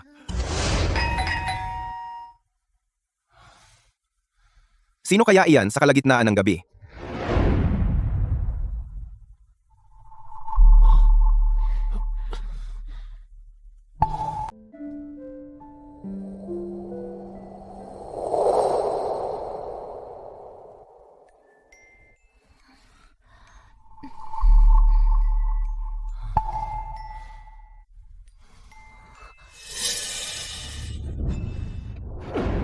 Sino ka? Bakit ka nandito? Nasaan ang damit ko? Ate, ito ang bahay ko. Nandoon ang damit mo. Sabihin mo kung hinawakan mo ako? Sabihin mo. Miss, hindi talaga kita hinawakan. Huwag mo akong hawakan. Tingnan ko kung ano ang ingay. Huwag buksan ang pinto. Ay nako, hindi ko mabuksan. Huwag mong buksan.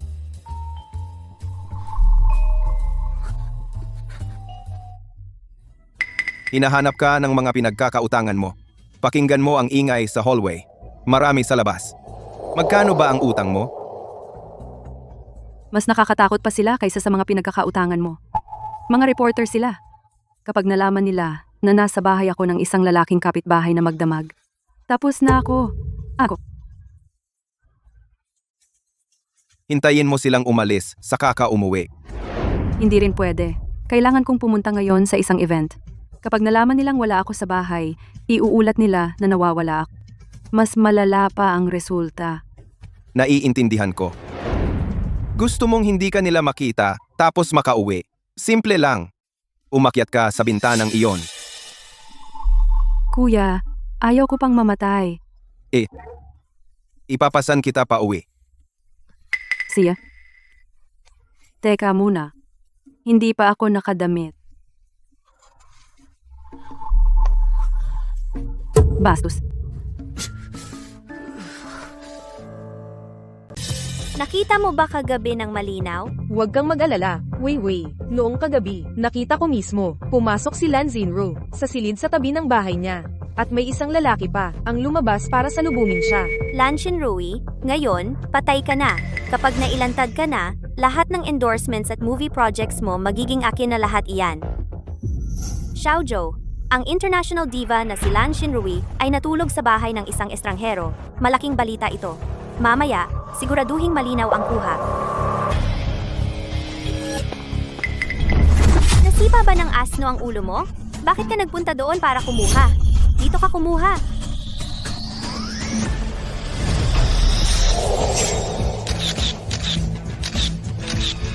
Bakit ka lumabas mula doon? Ito ang bahay ko. Siyempre, dito ako lumabas. Wei, hindi ba sinabi mo? Imposible ito. Ibig sabihin, nasa bahay mo ang lalaking iyon? Tara, kumuha tayo sa bahay niya. Ano ang gagawin ninyo? Ito ay paglabag sa tahanan. Kung walang problema sa bahay mo, bakit ayaw mong papasukin kami? Wala akong pakialam. Pero ang sikat na artista na si Sun Weiwei na namumuno sa paglabag sa tahanan, ang init ng balitang ito ay hindi maliit. Wei, wag na lang. Buti ka pa, swerte ka ngayon. Pero ang press conference, 10 minuto na lang. Kung mahuhuli ka, ang mga advertisers ay may karapatan na kanselahin ang partnership mo. Oo nga, mula dito papunta sa venue, aabutin ng kalahating oras. Tiyak na hindi siya makakarating.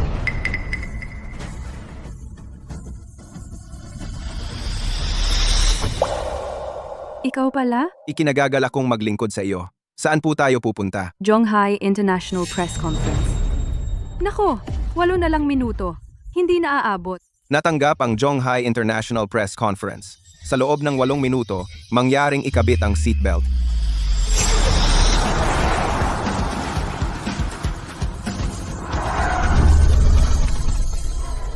Zhonghai International, 5 minuto lang. May sapat pang oras para uminom ng tubig at matulog sandali. Salamat.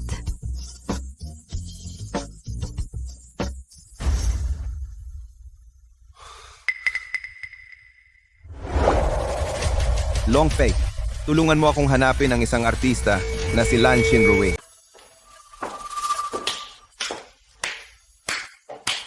Matagumpay ang press conference. Talagang magaling ka ate. Dumating ka sa loob ng 8 minuto.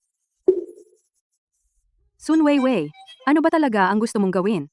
Bilang matalik na kaibigan, ipinakilala kita sa showbiz. Sa halip na magpasalamat, kinuha mo pa ang mga oportunidad ko at inagaw mo ang lalaki ko. Hindi na kita sisingilin sa mga iyon, pero bakit kailangan mo pa akong guluhin?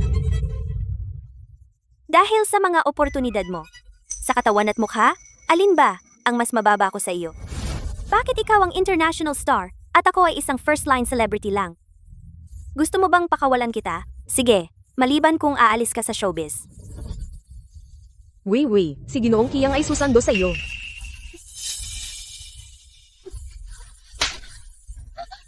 Weiwei? Okay ka lang? Okay lang ako. Galit sa akin si ate dahil inagaw kita, may hinanakit siya, tama lang napaluin ako.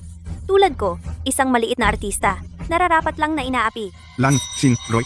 Napakasama mo. Sa liwanag ng araw, hindi magandang manakit ng babae. Sino ka ba? Wala kang pakialam sa problema namin. Ginoong Chiang, kumusta ang braso mo? Hindi ka ba nasaktan nung hinawakan? Weiwei, okay lang ako. Punong guro? Si Sun Weiwei ay ang tanging kaibigan ni Lan Shinrui sa showbiz at tanging kaibigan. Ngunit 2 taon na ang nakalipas, bigla niyang inagaw ang kasintahan ni Lan Shinrui na si Zhang Jia at pinaratangan pa si Lan Shinrui ng pagkakaroon ng ibang lalaki na naging dahilan upang si Lan Shinrui ay iban sa loob ng 2 taon. Bata, pamilya naming ito. Pinapayuhan kitang wag nang makialam. Saan galing itong guwapong pakialamero? Alam ko na siya ba yung lalaking kabit mo sa labas? Ang maganda't guwapo magpakailanman. Dahil ayaw mong magsipilyo, lilinisin ko ang bibig mo. Sabi nila, pamilya raw ang pambubugbog sa iyo. Pamilya mo ba sila? Zhang Jia, huwag kang walang hiya. Kilala ba kita? Kung hindi pamilya, ang pambubugbog ay mali na sa inyo. Lumuhod ka. Humingi ka ng tawad kay Miss Lan. Bata, lakas ng loob mong manakit sa akin. Tapos ka na. Alam mo ba kung sino ako? Ako ang panganay na anak ng Zhang Group. Mahal, okay ka lang? Lumuhod ka rin. Kumusta? Masarap maghiganti? Anak siya ng Zhang Real Estate. Sinaktan mo siya. Baka hindi ka nila pakakawalan. Huwag kang mag-alala. May alam akong balita sa loob. Dahil sa walang habas na pagpapalawak. Naputol ang pondo umutang ng 200 bilyon sa bangko. Walang oras para imbestigahan ako. Kasinungalingan mo. Mahigit 1,000 bilyon ang yaman ng pamilya Zhang. Ang bangko ay nagmamakaawang pautangin ako. Mawawalan ng pondo ang pamilya namin. Mahal? Isa siyang guwapong puro yabang. Huwag mo siyang pakawalan. Maniniwala ka man o hindi. Pero ikaw, babaeng ito, ang dami mong ginagawa sa personal mong buhay. Ito ang mga lihim na larawan niya kasama ang lahat ng direktor at mga artista. Kung ilalabas ang alinman sa mga ito, ay magdudulot sa mundo ng showbiz ng isang malaking eskandalo. Saka. Ang driver ng inyong pamilya, mukhang siya ang pangmatagalang aliw niya. Kasinungalingan mo. Kasinungalingan mo. Hindi ako naniniwala. Alamin mo at makikita mo. Pero, oo nga. Bigla kang nagkaroon sa ulo mo ng napakalawak na berdeng parang kahit sino ay hindi makakaya.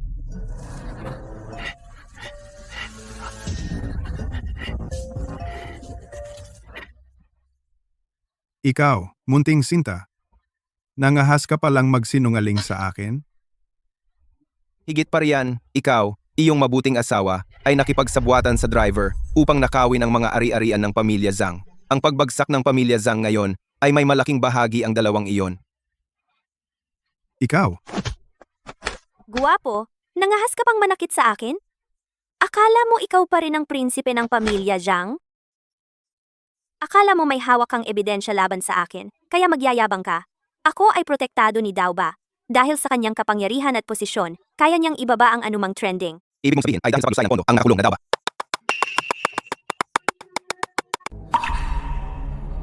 Imposible. Talagang imposible ito.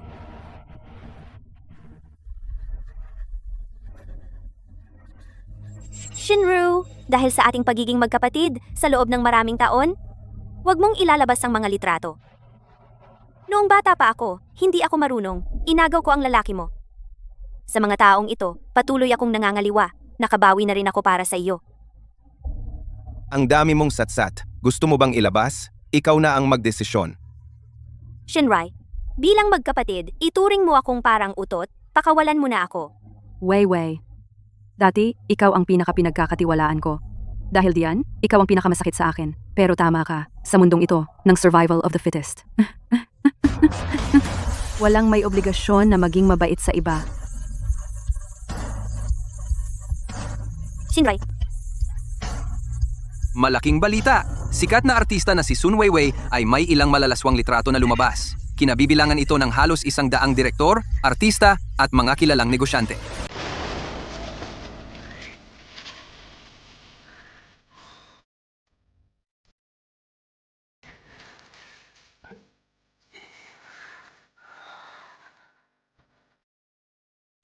Ikaw? Anong gagawin mo? Kung hindi dahil sa iyo, si Sun Weiwei ay hihigit sa akin habang buhay. Para pasalamatan ka, kung gugustuhin mo, hindi ako tututol. May asawa na ako. Hindi ko kayang lokohin ang asawa ko. Ikaw talaga ang pinaka-bihirang mabuting lalaki sa mundo.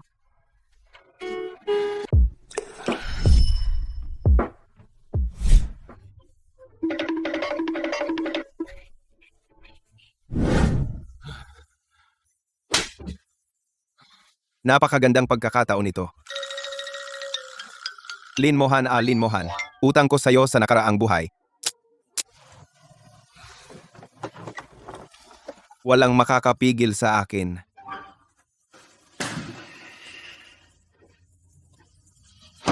Pogi, Bib. Kahit ang maliit na Lins Group, hindi mo makuha. Paano ako maniniwala na kaya mong tulungan akong makuha ang buong South Sea? Panginoong Luocha, pakiusap, bigyan mo pa ako ng huling pagkakataon. Sa pagkakataong ito, pangako ko, makukuha ko ang pamilya Lin. Sige, ngayon, kung hindi mo matapos, huwag ka nang bumalik. Ang buong pondo ng Lins Group, puputulan ko para sa'yo. Ang natitira. Bahala ka na. Opo, Bayad! Bayad! Panginoon, masama ang balita. Naputol ang pondo ng kumpanya. Dumating ang mga pinagkakautangan upang maningil. Ang mga shareholder ay humihingi ng dividendo. Ang presidente ay napaligiran sa opisina. Hindi na makalabas. Bayad. Bayad.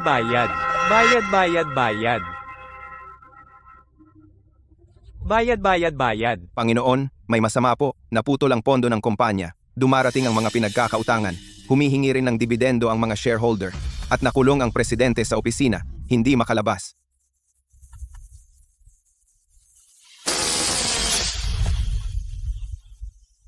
Umurong.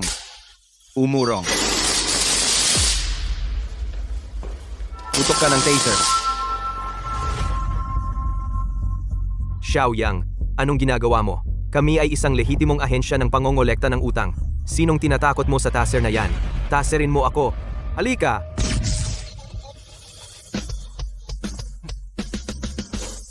Nakita ninyo, siya mismo ang nagsabing taserin ko siya. Ang ganyang kahilingan. Hindi ko pa nakita sa buong buhay ko. Xiaoyang, nababaliw ka na ba? Ang presidente ninyo ay nagtatago sa opisina, hindi lumalabas. Ikaw na security guard dito, umaasta kang parang aso nagpapalakas sa amo. Nagre-record ako. Kung galawin mo ako, tatawag agad ako ng pulis. At mapapakulong ka habang buhay. Galawin ka? Natatakot ako. Nadumihan ang kamay ko. Ay, talagang natatakot ka pala. Sasabihin ko sa iyo, ang pamilya Lin ay may dalawang pagpipilian. Magbayad ng utang o ibenta sa mababang presyo. Baka meron pang pangatlo. Hindi mo ba nararamdaman na may sakit ka?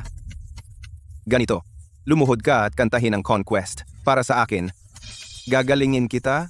Pakiusap? Nanaginip ka yata? Anong nangyayari dito? Xiaoyang, madaya ka. Huwag mo akong paratangan. Nandito ang lahat, nakatingin. Hindi ako nanakit. Dalhin mo ako sa ospital. Sigurado ka bang gusto mong pumunta sa ospital? Sa kondisyon mo ngayon? Hindi ka naaabot sa ospital. Xiao Yang, ano ba talaga ang ginawa mo sa akin? Ngayon, may dalawang pagpipilian ka. Una, lumuhod at kumanta ng Conquer. Pangalawa, ay pumunta ka na lang sa ospital ng mag-isa. Putulin mo. Pumili ka. Nasakop mo ako ng ganito. Inumin ang lason na itinago mo. Ang lalaki, ang kadiri ng pagkanta. Wala ka bang hiya? Tapos na ako. Tapos na ako. Walang hiya. Xiao Yang, huwag kang magmayabang. Ngayon, ang mga shareholder at pinagkakautangan ng Lin ay nandito lahat. Kung hindi mabayaran ang pera ngayon, maghintay sa pagbabangkarote. Long Fei, i-check mo ang kalagayan pananalapi ng Lin Group. Ang pamilya Pei ang pumutol ng cash flow. Dr. Xiao, ang iyong pagliligtas sa akin ay hindi ko makakalimutan. Ito ang aking business card. Sa hinaharap, kung may anumang pagsubok, kung kailangan mo ng tulong, mangyaring tawagan ang numerong ito. Ang aming pamilya Pei ay gagawin ang lahat para sa iyo. Sakto. Papuntahin ang pamilya Pei dito. Bata, nagmamayabang ka pa. Pamilya Pei Timog na rehiyon. Isa sa pinakamakapangyarihang pamilya. Huwag na ikaw, maging si Amulin mismo ang pumunta. Hindi rin naman siguradong magbibigay ng respeto. Isang tawag mo lang, darating sila. Akala mo kung sino ka.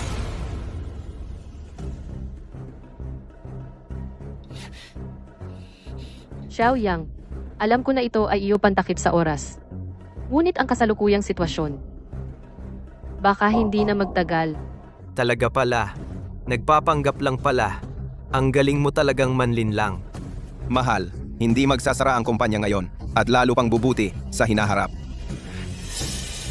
Ma'am Lin, magsabi ka ng tapat. Magbabayad ba o mababangkarota? Dumating si Amo Pei. Nandito na si Amo Pei. Dumating nga si Pei Lao. Baka itong si Xiao Yang? Pero siya ay isang itinapon. Paano siya nakakilala ng ganoong tao? Nagkataon. Siguradong nagkataon lang. Pei Lao. Labis akong humihingi ng tawad sa iyo. Ngayon ko lang nalaman ang aking mga kumpanya. Hinarang ang pondo ng Lin Group. Agad kong pinaalis ang mga taong nanggugulo sa iyong asawa. Lahat sila ay sinibak. Ang pondo ay buong-buo na nailipat sa account ng inyong kumpanya. Bilang paghingi ko ng tawad. Mahal na ginang, sa aking bank account may 1 bilyon mangyaring tanggapin. Ginang, Pei Lao, napakahalaga ng perang ito. Hindi pwede. walang problema. Tanggapin mo na. Kahit na medyo maliit ang pera, pero at least galing sa kalooban niya. Kukunin ko na ito para sa asawa ko. Mga kaibigan, ang Lins ay may sapat na pondo ngayon. Gusto naming bayaran ang mga utang at ang mga nag-withdraw ng dibidendo. Mangyaring pumunta sa Finance Department. Sandali lang. Asawa, narinig ko na ang kumpanya kamakailan ay nagbukas ng bagong pharmaceutical division. Karamihan ng pondo ay inilagay doon, pero hindi maganda ang pagunlad. Ako ay masyadong nagmadali. Ang pharmaceutical division ay isang industriya na napaka-exclusive. Bagamat nag-develop kami ng ilang napaka-epektibong gamot.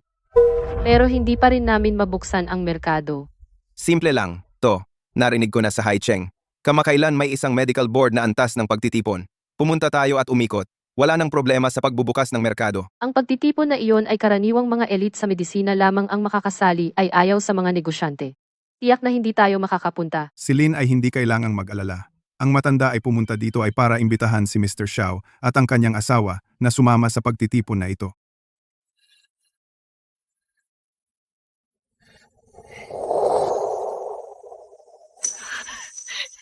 Napakabuti. Ang mga tao sa Medical Council ay karaniwang mga direktor ng mga pangunahing ospital at mga pangunahing tauhan. Ang aming Lins Group ay hindi nangangailangan ng backdoor. Kailangan lang namin silang bigyan kami ng pagkakataon. Ang pagtitipon ay bukas sa Huanglong Estate. Sa oras na iyon, ako ay naroroon naghihintay sa pagdating ni Mr. Xiao.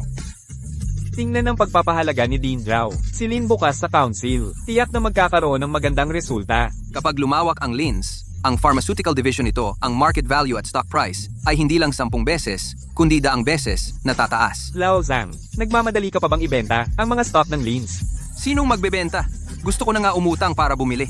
Ngayon, ang mga shareholder na gustong umalis sa Lins ay maaari nang mag-process. Mali. Bakit namin sasadyain? Gumawa ng gulo sa kumpanya.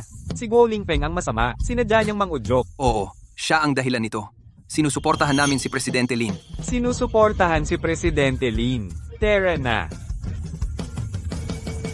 Saan kayo pupunta? Saan? Mamamatay din naman tayo. Makikipaglaban ako sa'yo. Ganyan lang ba ang kaya mo? Gusto mo akong saktan? Masaya ako ngayon. Bibigyan kita ng pagkakataon. Umalis ka na. Ikaw? Papayagan mo ba talaga akong umalis?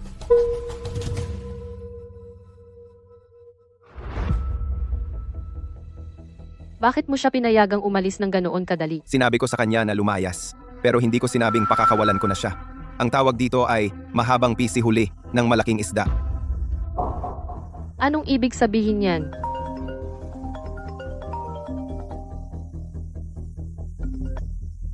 Panginoon, sinunod ko ang iyong utos at sinundan si Guo Lingfeng.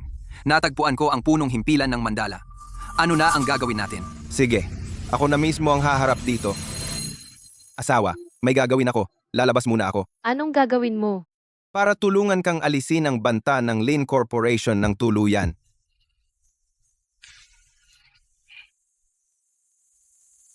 Bobo. Ang pataw na nasa bibig mo ay pinalipad mo. Sabihin mo, Xiao Yang ang nagpaalis sa'yo? Masama.